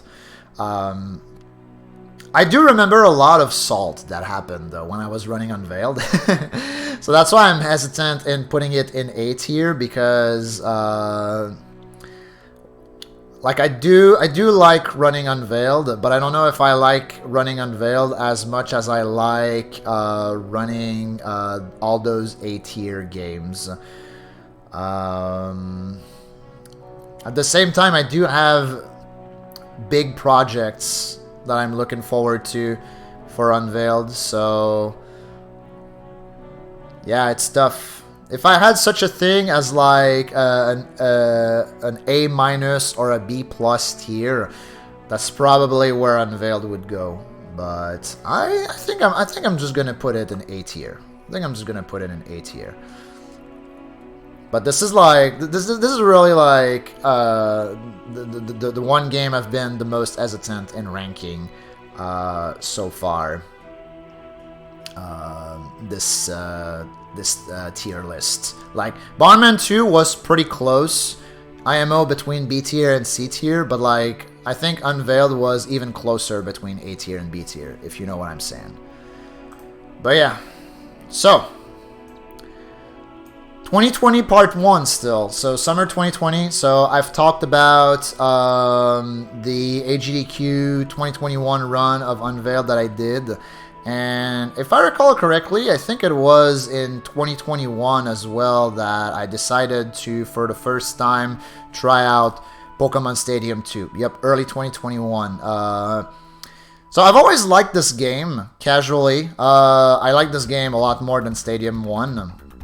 But I never really understood or cared about speedruns of this game, nor did I like really know that they were a thing until I watched Otto play this game and do speedruns of it, and I was like, huh? Let me try it. Like I like this game, so I should like running this game as well. And yeah, this game is cool. It's I've always said that this game is a just chatting stream with like me pressing some buttons in the background, and that's basically what it is. Like a lot of this, what this game and this run is, the Gym Leader Castle run, is just following a flowchart. And if you follow the flowchart and you don't get screwed over by RNG, and there, believe me when I say that there is a lot of RNG, like you're good to go. Like you end up PBing, which is what I did on Monday. Like 2 days ago, I was able to get this 204.23 second place. Pretty happy about that. It's also like a game that I actively speedrun still. This is not a game I would like give an insane grind to, the same kind of grind that I give to games like DKC 1, DKC 2, and 3, and stuff like that. This is not that kind of game. This is really like a game that I like to play when I don't feel like playing anything else, you know? Like low effort speed game, whilst also having a great time chatting with the lads, you know? But this game is fun. This game is really fun. It's just like, it's a mess. It's like, there's no other way to put it. Like this game is unforgiving. This game will screw you over. You will be on the run of your life, and then you'll get critted, and there's just nothing you can do about it. Like like if you run this game, you have to concede the fact that you're letting Jesus take the wheel. Basically, like running this game is not hard. It is fun, but it is not hard. But it's just pure lotto. It's complete and utter lotto. And for that reason, despite me liking this game so much and still running it actively, because there's so little like this, not necessarily like decision making, but like because the run is like simply just follow the flowchart. Like the run is already like perfectly routed, and you just like gotta go through it and not get screwed over by RNG. And it's not like really like there aren't really like intense things to really go through, like doing manips or dodging spinners, like in Pokemon Gold, for example. Like, I have to put it in B tier, but I really like running this game as well. Like, to me it would be like top of B tier if it wasn't for the fact that there's so much RNG in this game. Like, you know, remove some of the RNG and add some execution to it, and it would be an A tier for me. But like, I have to be fair with the rest of my games, and like, just, you know, consider that fact like on top of everything else, you know. And like this, it breaks my heart to put it in B tier, but I think it's a sacrifice I'm willing to make. All right. Moving on, we're almost done, gamers. Only a few more speed games left. And 2021. So I started running Stadium 2 in 2021, but there's also another game I started running in 2021. Another game that is really dear to my heart. Like, one of my favorite games ever, childhood game, and a game that I've probably done the most speed walks of before I decided to speedrun it seriously. And it is indeed Paper Mario, aka Mario Story, when you run the Japanese version. Yep. Summer 2021 is when I decided to finally, you know, take my dick out of my own ass and learn the glitchless route and really get serious with running this game. And this game is super fucking fun. This game is incredible. Like, I love running this game. I've only done the glitchless category, but this game is just so fun. It's so great. It is on the longer side, but like, the glitchless run is just really relaxing. Like, this is like, for an RPG, it's, in my opinion, the perfect mix of just like movements and RNG and combat routing and improv on top of like just a little bit of platforming. Like, there is a few elements of platforming throughout this game, and yeah, I mean, I've said it before. Like, this is top 4 for me. Like, the big 4 for me, as far as my favorite games ever go, are Prime, Metroid Prime, DKC2, Pokemon Gold and Silver, and this game. And yeah, like, this is a big reason why I've done so many speed walks of this game, is because I like this game. And I was doing speed walks. I was like beating the game around like, you know, 5.5, 6 hours. I think like I was able to get sub 5 without any like strats when I was just doing speed walks. And yeah, just a really big fan of this game. And the music is great.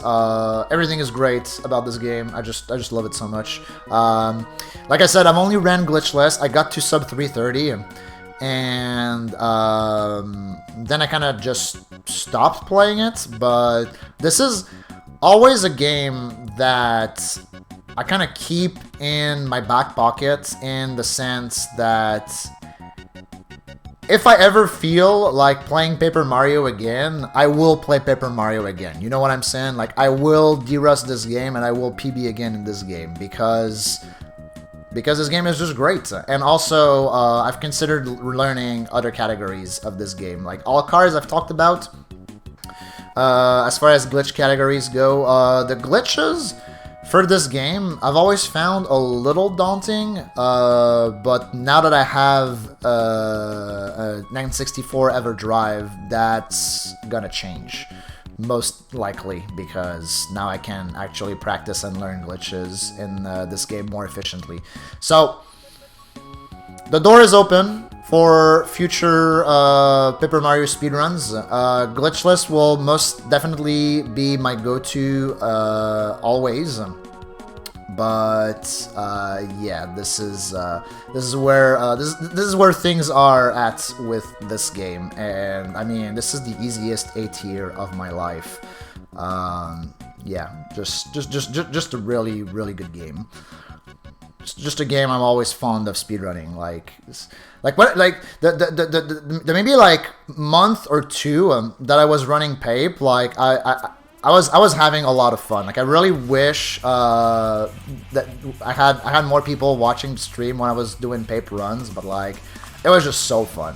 I really had a good time running this game. Like yeah, sometimes you'll lose runs to RNG, but I just didn't mind, man. Like this game is just so good, man.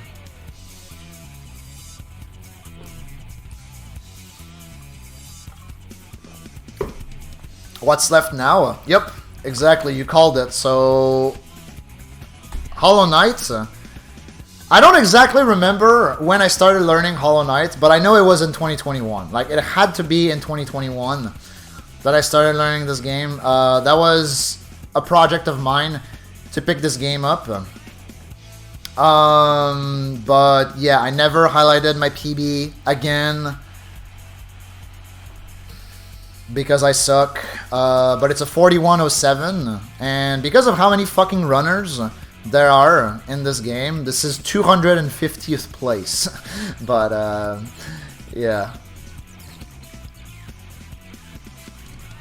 this game is amazing. Like this game is casually is an amazing game. I really enjoyed playing this game casually. The first time I ran into a lot of hurdles and I got into some frustrating fights and like stuff along the road, but the second playthrough that I did, like the first playthrough that I did, I played on the Switch version. The second playthrough I played on PC, and the second playthrough went really smoothly. Like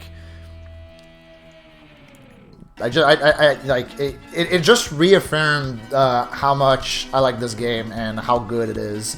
And I think it was after the PC playthrough that I was like, alright, now I'm gonna start learning this game. I think that's when that happened, but I'm not sure. Maybe the PC playthrough was after I started running Hollow Knight. It might have been, actually. It might have been.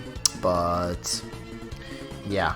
Speedrun-wise, the category that I ran, any percent no major glitches, is really hard.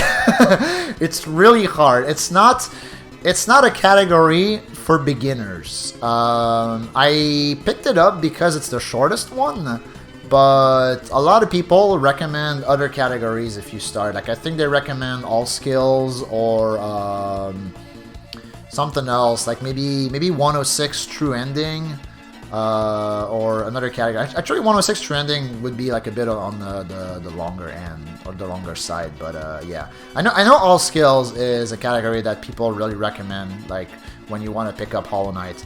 But yeah, to give you an idea of how hard this run is, like you fight like the Watcher Knights, which is basically the most infamous fight in maybe the game, but like in the run at least. Like in the run, it's like for me it was the hardest fight to learn and really get good at, and I still get owned to this day. Like if I were to fight the Watcher Knights with how little equipment you have in the 80% run today, like I would get owned.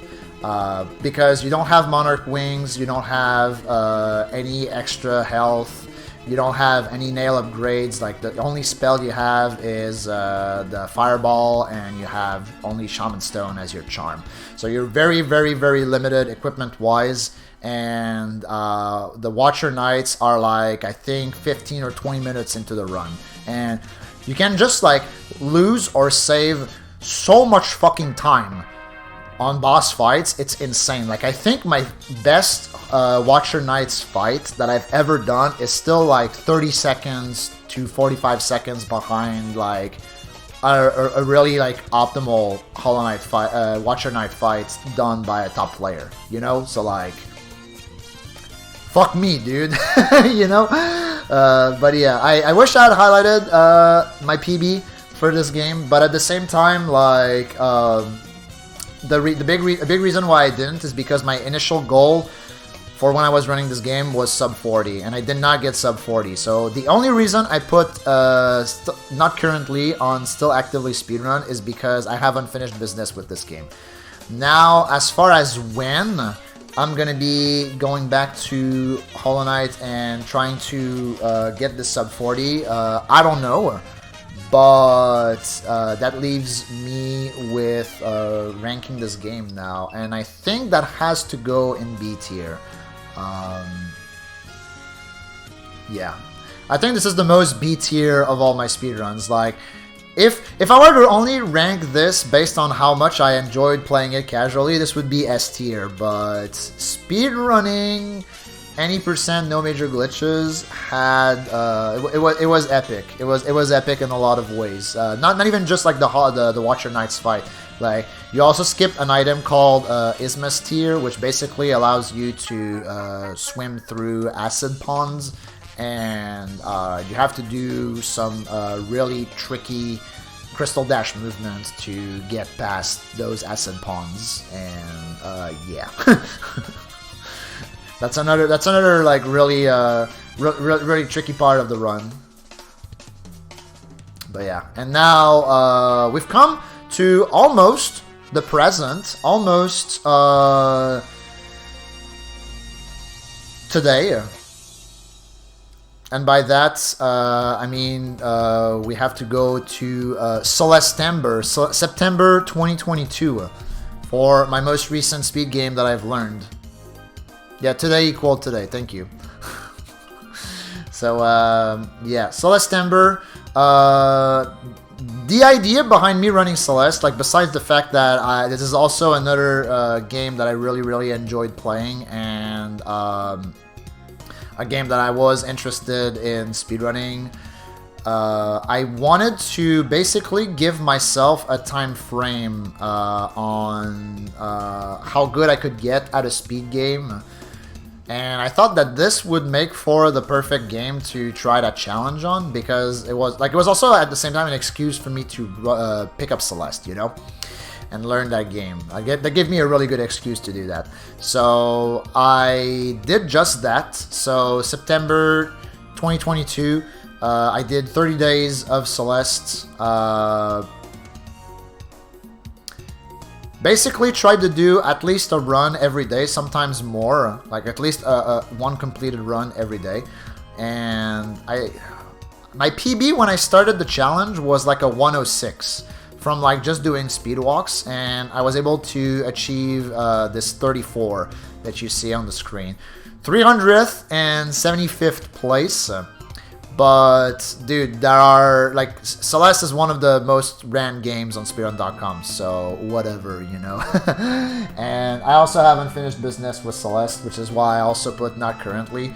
I think I would like sub 30 in this game at some point. But this game has really good music. It's really charming. The story is good and it's poignant. As a speed game, this game is insanely deep.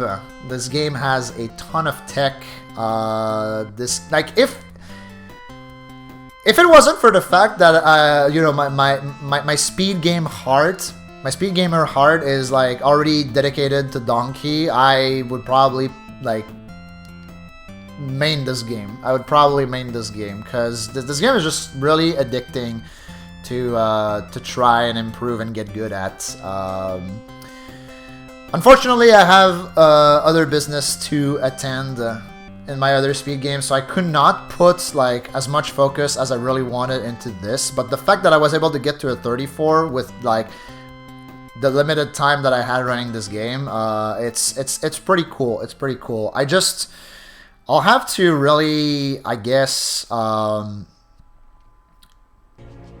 portion out my time towards speed games in the future if I really want to get the time that I want in Celeste, or really like try and like properly improve at this game. But yeah, this game also has no RNG, which is great. Another reason why this game is incredible. Yeah, this is another easy A tier. Like I said, if it wasn't for the fact that I I'm already like so committed to running and be good at the DKC games, I would spend a lot more time running Celeste and try to get good at that game as well. So yeah, that's it. That's all the games. That is all the speed games that I have. Or is it? Or is it?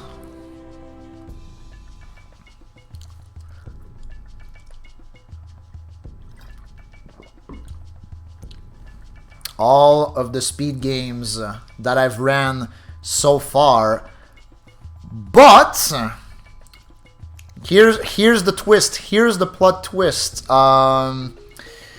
There are things and projects that I have started in the past that have not been listed. Everyone is talking about Super Metroid. Alright. You guys already kind of know what's coming. There are projects that I have attempted in the past. Some unfinished business. Like I've been talking about unfinished business so much during this tier list. But here's the unfinished business list, aka honorable mentions. So these are all speed games that I've either attempted to run in the past or have speed walked.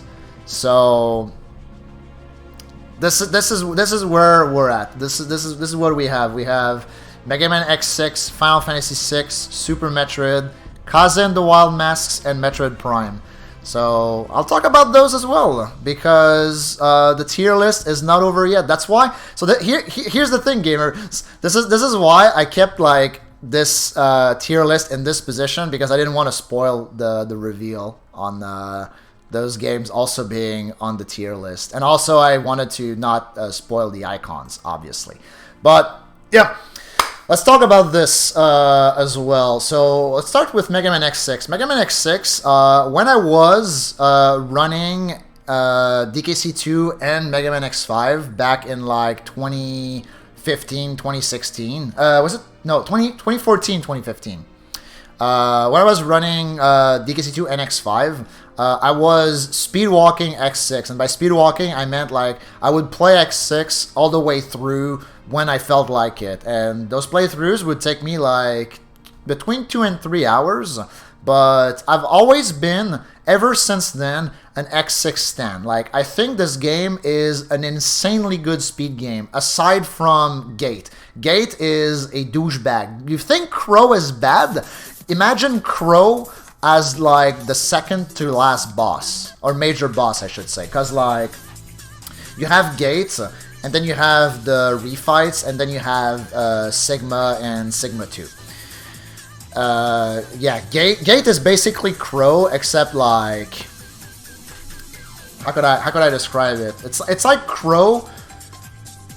That's like, even if you get the best RNG, sometimes it's not enough, you know, because it has to like give, like, you want a specific attack from Gate that will enable you to activate a glitch, and then once you have the glitch active, then the fight is free, but you still are at the mercy of whatever the fuck he does. So yeah, it's like 10 times worse than Crow. But like, the tech in this game is really sick. Like, I really like this game for all the tech that it has, and the boss fights are really broken as a result. Like, a big reason why I like this game over the other X games on the PlayStation as speed games is because the boss fights are over like this. Except Gate, obviously. Like, Gate is trash. But yeah, I could gush about X6 for a while still. Like, X6 is basically the speed game that I've always wanted to run and that I've never ran because no one would fucking watch me play X6. You know what I'm saying? But yeah, I would put X6 in B tier.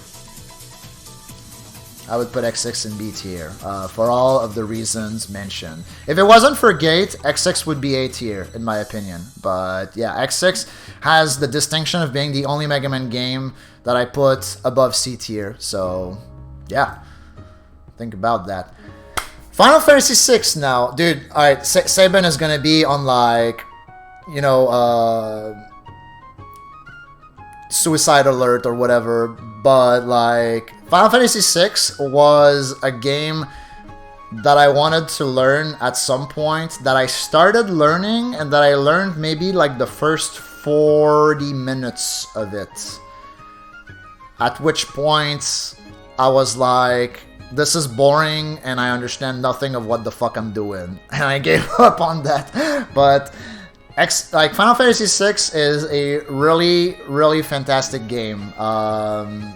It's the first Final Fantasy game I've played ever. I loved it.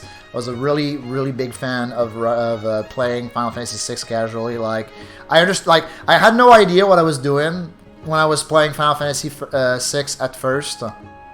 Because it's such a deep game. There's a lot going on with like the Esper system, and like the overworld is very deep. There are a lot of locations, like the world of ruin, the world of balance. Like there's just a ton of stuff going on. The side quests, like the Kefka's Tower in general, like.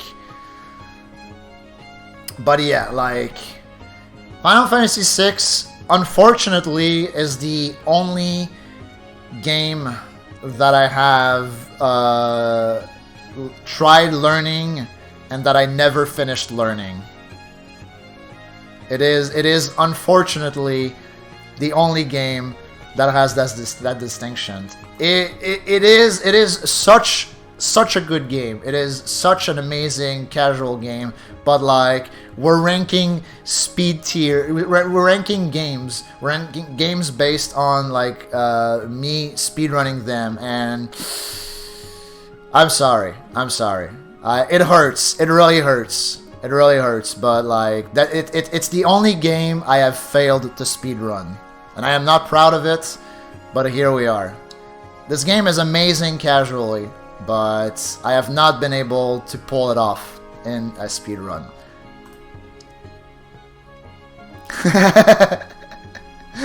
Yeah, I already have a good idea on a thumbnail based on that, K-Plugs. Thank you. But yeah, Super Metroid. Okay, so the lore on Super Metroid. Everyone has been yelling about Super Metroid for like the last hour, but like Super Metroid was the second game I tried learning for a 12-hour challenge. I've talked about the 12-hour challenge earlier this stream, hosted by Golden. The first game that I ran for the 12-hour challenge was Mega Man X4, and then like I waited like a few iterations of the 12-hour challenge until I decided to pick up Super Metroid. And you know, Super Metroid is a really, really good game. It is not my favorite 2D Metroid. In fact, it's like my least favorite 2D Metroid. Actually, it's probably close between that and Zero Mission, but like I've played Zero Mission a lot more than Super Metroid, so I'm kind of hesitant there. I think like now I would rank it above Zero Mission, but like Dread is number 1, and then Fusion is number 2 for me for sure. But yeah, going back to learning SM. So I learned SM for that 12-hour challenge. I learned the entire run for like maybe the first 10 hours or so. And then I decided to leave the last 2 hours of the challenge to do a run. Shoutouts to Overfiend and CFB, by the way, for teaching me the game, like walking me through the game and really helping me out with it. And yeah, so I decided to start learning SM, or start that run of Super Metroid for the last 2 hours. I got up to Phantoon, I died, and that's it. that's where it ends. That's where the story ends. I have not been able to beat Phantoon in a speedrun setting, but I recently replayed SM. Like I did some dicking around in SM, like on stream a few months ago. I don't remember exactly when, but I know it happened. Maybe like, actually, was it for like New Year's Eve of last year? Like 2021 New Year's Eve? Or maybe it was like at some point last year in 2022. But anyways, I was able to beat Fantoon on the speedrun route. So maybe there's hope after all in me speedrunning SM in the near future. Actually, probably not. Because this game is hard as balls. This game is like, without a doubt, this game has to be the hardest speed game on the SNES. Like, it's that one, and then like there's probably like DKC2 and Yabi's Island, like specifically Hundo, like in that realm. But like this game is like, I was just talking about Celeste being insanely deep as a speed game. Like, this game is also insanely deep, and this was like released fucking 25 years before Celeste, and it's like, it has like such insane depth in movement, like, holy Christ, dude. And I've always like memed of the fact that I would need like a third hand to really be good at SM. Obviously that's not true, but yeah, like, I don't know where that leaves me with running SM, but it's always in the back of my mind to maybe like pick it back up and try to complete runs of that game. But yeah, where would I put it now? I think it's fair to put it in B. Because I've not been able to complete a single segment run, I cannot put it in A. But I feel like if I were to really go hard in SM, it would be in that rank. As is, I think B tier suits it well for me personally.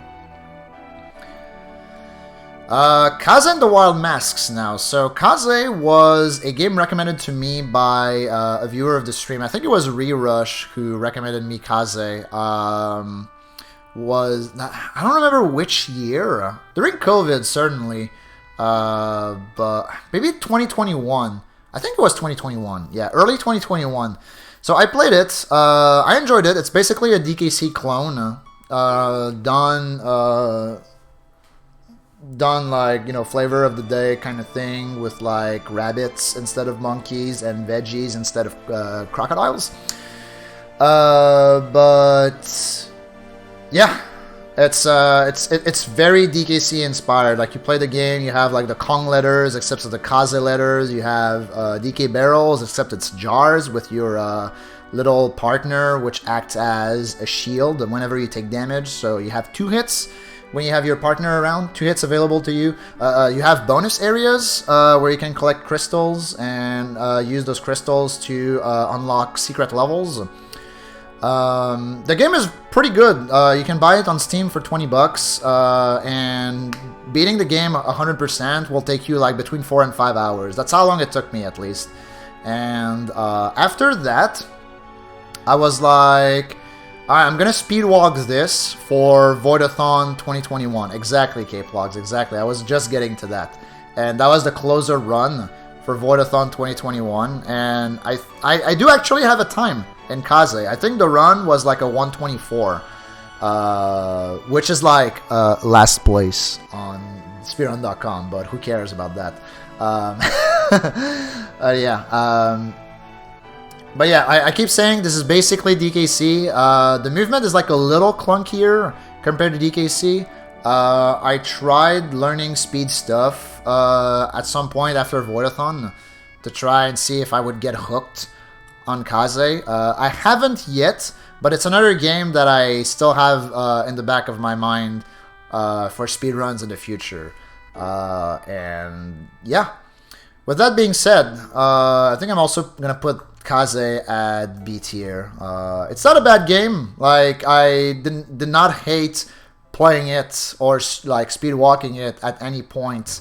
So it's not deserving of C tier, but it's also not deserving of A tier. So it feels weird to, like, you know, put SM and Kaze on the same tier, but, you know, personal experience speaking here. And there you go. Yeah, shouts to Death Control. Death Control is the current world record holder in Kaze. I think in like all of the Kaze categories. So yeah, Death Control Sensei might get a DM from me in the future for Kaze tips whenever I decide to speedrun that game. But finally, now this is like truly the end of the tier list. Like, this is the end of the tier list. Like, you see, there are no more games after Metroid Prime. Like, Metroid Prime for the Nintendo GameCube. This is my favorite game of all time, and that's why I'm talking about it last. I have tried learning this game back in, which year was it? Was it 2015 or something like that? I think it was 2015. Like, I ordered a what was it? A Mayflash adapter to be able to practice this on EMU, and I never did. So all I did up until that point was I would literally like play the game from the start and like just like try to like scan dash my way and just like move along really poorly up to Flagra. I learned the run up to Flagra, the fight included, and I think I was in the process of learning Early Wild when I dropped the game. And then fast forward to 2018, and I'm like, yeah, I'm gonna like learn Prime this year for real, Prime 2018. Like, remember Prime 2018, gamers? It was a good meme. But yeah, like, I kid you not, when earlier I said that I had like a Christmas list this long of like speed games and speed projects for 2018. Like, but X2 February was one of them, and then Prime 2018 was the other one. But what happened? So what happened is that I realized that I just love this game too much to speedrun it, and that's really all there is to it. Like,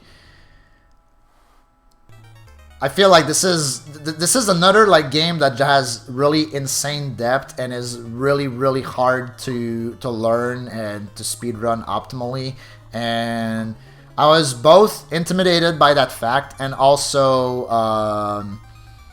I guess, not compelled to really speedrun the game that is my favorite game ever, and especially nowadays. Like, I already run like out of the top 4 games that I've mentioned earlier. Prime, DKC2, Pokemon Gold, Silver, and Paper Mario, with like the honorary 5th game being Yoshi's Island. Like, I already run the other games. Like, I already run the other 4 games, or the other 3 games out of the top 4, other 4 games out of the top 5. Prime is the only game that I have not ran out of that, and I think I am okay with leaving it at that for the foreseeable future. I am always happy and stoked to replay this game. Like, I replay this game maybe once a year, like, no meme, if not more. Like, recently I did a hundo playthrough on the stream, and I uploaded that to YouTube on my second YouTube channel if you guys want to take a look at that. Like, I think it took me like around 8 hours, 7 or 8 hours. I think a little over 7 hours how long it took me for the Prime hundo playthrough. Like, I had never, despite it being my favorite game of all time, I had never gotten 100% in it up until that playthrough. So with that being said, Prime is obviously S tier. Obviously S tier. And that's the final list. The final tier list for Void.tv. If you guys wanna try out the list, there's the link. I know like the question has been asked earlier the stream, but yeah, I'll probably leave the list for like the next 24 hours if you want to try it out. 24, 48 hours. I kind of feel awkward having a list, like a tier list, like dedicated to just me. But I was like, fuck it. Like if like the tier maker police comes after me and like tells me, hey, you can't have that list because it's too personal, then like, you know, it is what it is. So yeah, and future speedrun projects. So the last thing I wanted to talk about was future speedrun plans and how they may relate to what I've been running so far. So I've talked about the DKC GBA trilogy. This is happening this year for sure. I'm really looking forward to that. I'll need to like buy a whatever, like RAFnet adapter, I think that's what those things are called, so that I can use my SNES controller to play those games. So like that's a thing that's gonna happen for sure. And eventually that could potentially lead to learning the land games and DKC GBC for Decalogy, and maybe also DKC Returns once I replay that game. Just like really having the full Dodecalogy. That would be pretty intense. But yeah, that's like very, very like far down the line. I just know that I want to learn the GBA games this year. Which is probably gonna happen. Like, I'm currently working on the 46-2X and DKC3 Any. After that, Unveiled 102, and I will probably also. After I was about to say probably also learn the GBA games at the same time as I'm doing Unveiled 102, but then I realized that Unveiled 102 is like fucking stupid hard, so I should probably just dedicate my entire focus and energy towards Unveiled 102. But yeah, one bridge at a time, basically. After Unveiled 102, definitely GBA trilogy. So like second half of this year, hopefully, we'll do this. And then the DKL trilogy and everything else that comes with potentially getting hooked by the GBA trilogy will be TBDs, to be determined. Pokemon Fire Red, Leaf Green. So if I were to run another Pokemon game, it would be Fire Red, Leaf Green, because I really, really like the Kanto remakes. I think they're like top 3 Pokemon games. Super good. I mean, I could play those games all day, which is basically what I've done when I've tried to do Kaizoaramon Seeds. The only thing about this that like kind of prevents me from running those games is the manips, because I think there's like a Squirtle manip to have like good stats on your Squirtle, but I feel like if I ever commit to learning the Pokemon Gold manips, then the Fire Red Leaf Green manips will ensue, you know, and then at that point, you know, it's just gonna be like, it's just gonna be pretty easy to motivate. Like, it's not gonna take much more to really motivate me to pick this game up. So basically, like me learning the manips in Gold is like the dam holding me back from learning Fire Red and Leaf Green, and also I guess like the fact that I don't have a Leaf Green card, and you want to run this game on Leaf Green. The reason why I don't remember, but it might be like cut friend related, like get a Sandshrew like right before Cerulean for the cut HM. Not 100% sure, but I think it has something to do with that. And in any case, like Saban, do you still have that GBA Everdrive for sale?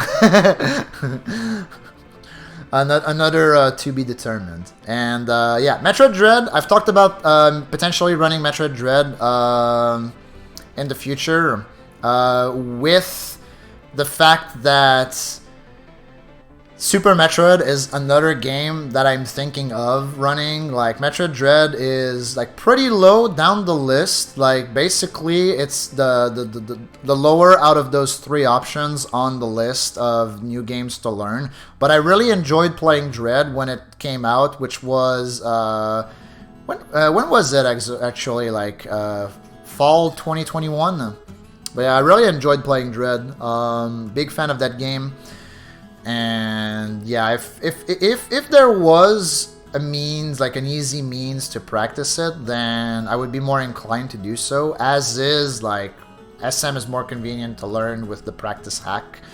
So yeah, that's where I stand with Dread, but big fan of Dread. And yeah, and then obviously the ... ellipses, because as I mentioned earlier during the stream, when you speedrun, you want to speedrun everything. And yeah, I try to not put too much on my plate at once. Like, I try to be realistic, as well as, like, you know, trying to improve the times that I have, and also, like, always stay sharp in the games that I want to be competitive at. But yeah, that's it. That's the end of the tier list, rated out of 10. And I hope you guys enjoyed this fresh content. Thank you for watching. Say hi YouTube, or bye YouTube in that instance. Nice run. Yeah, that was really fun to do. Would do it again. I don't know when I'll do something like this again. Talking non-stop for like fucking 2.5 hours or whatever. But yeah, that was cool.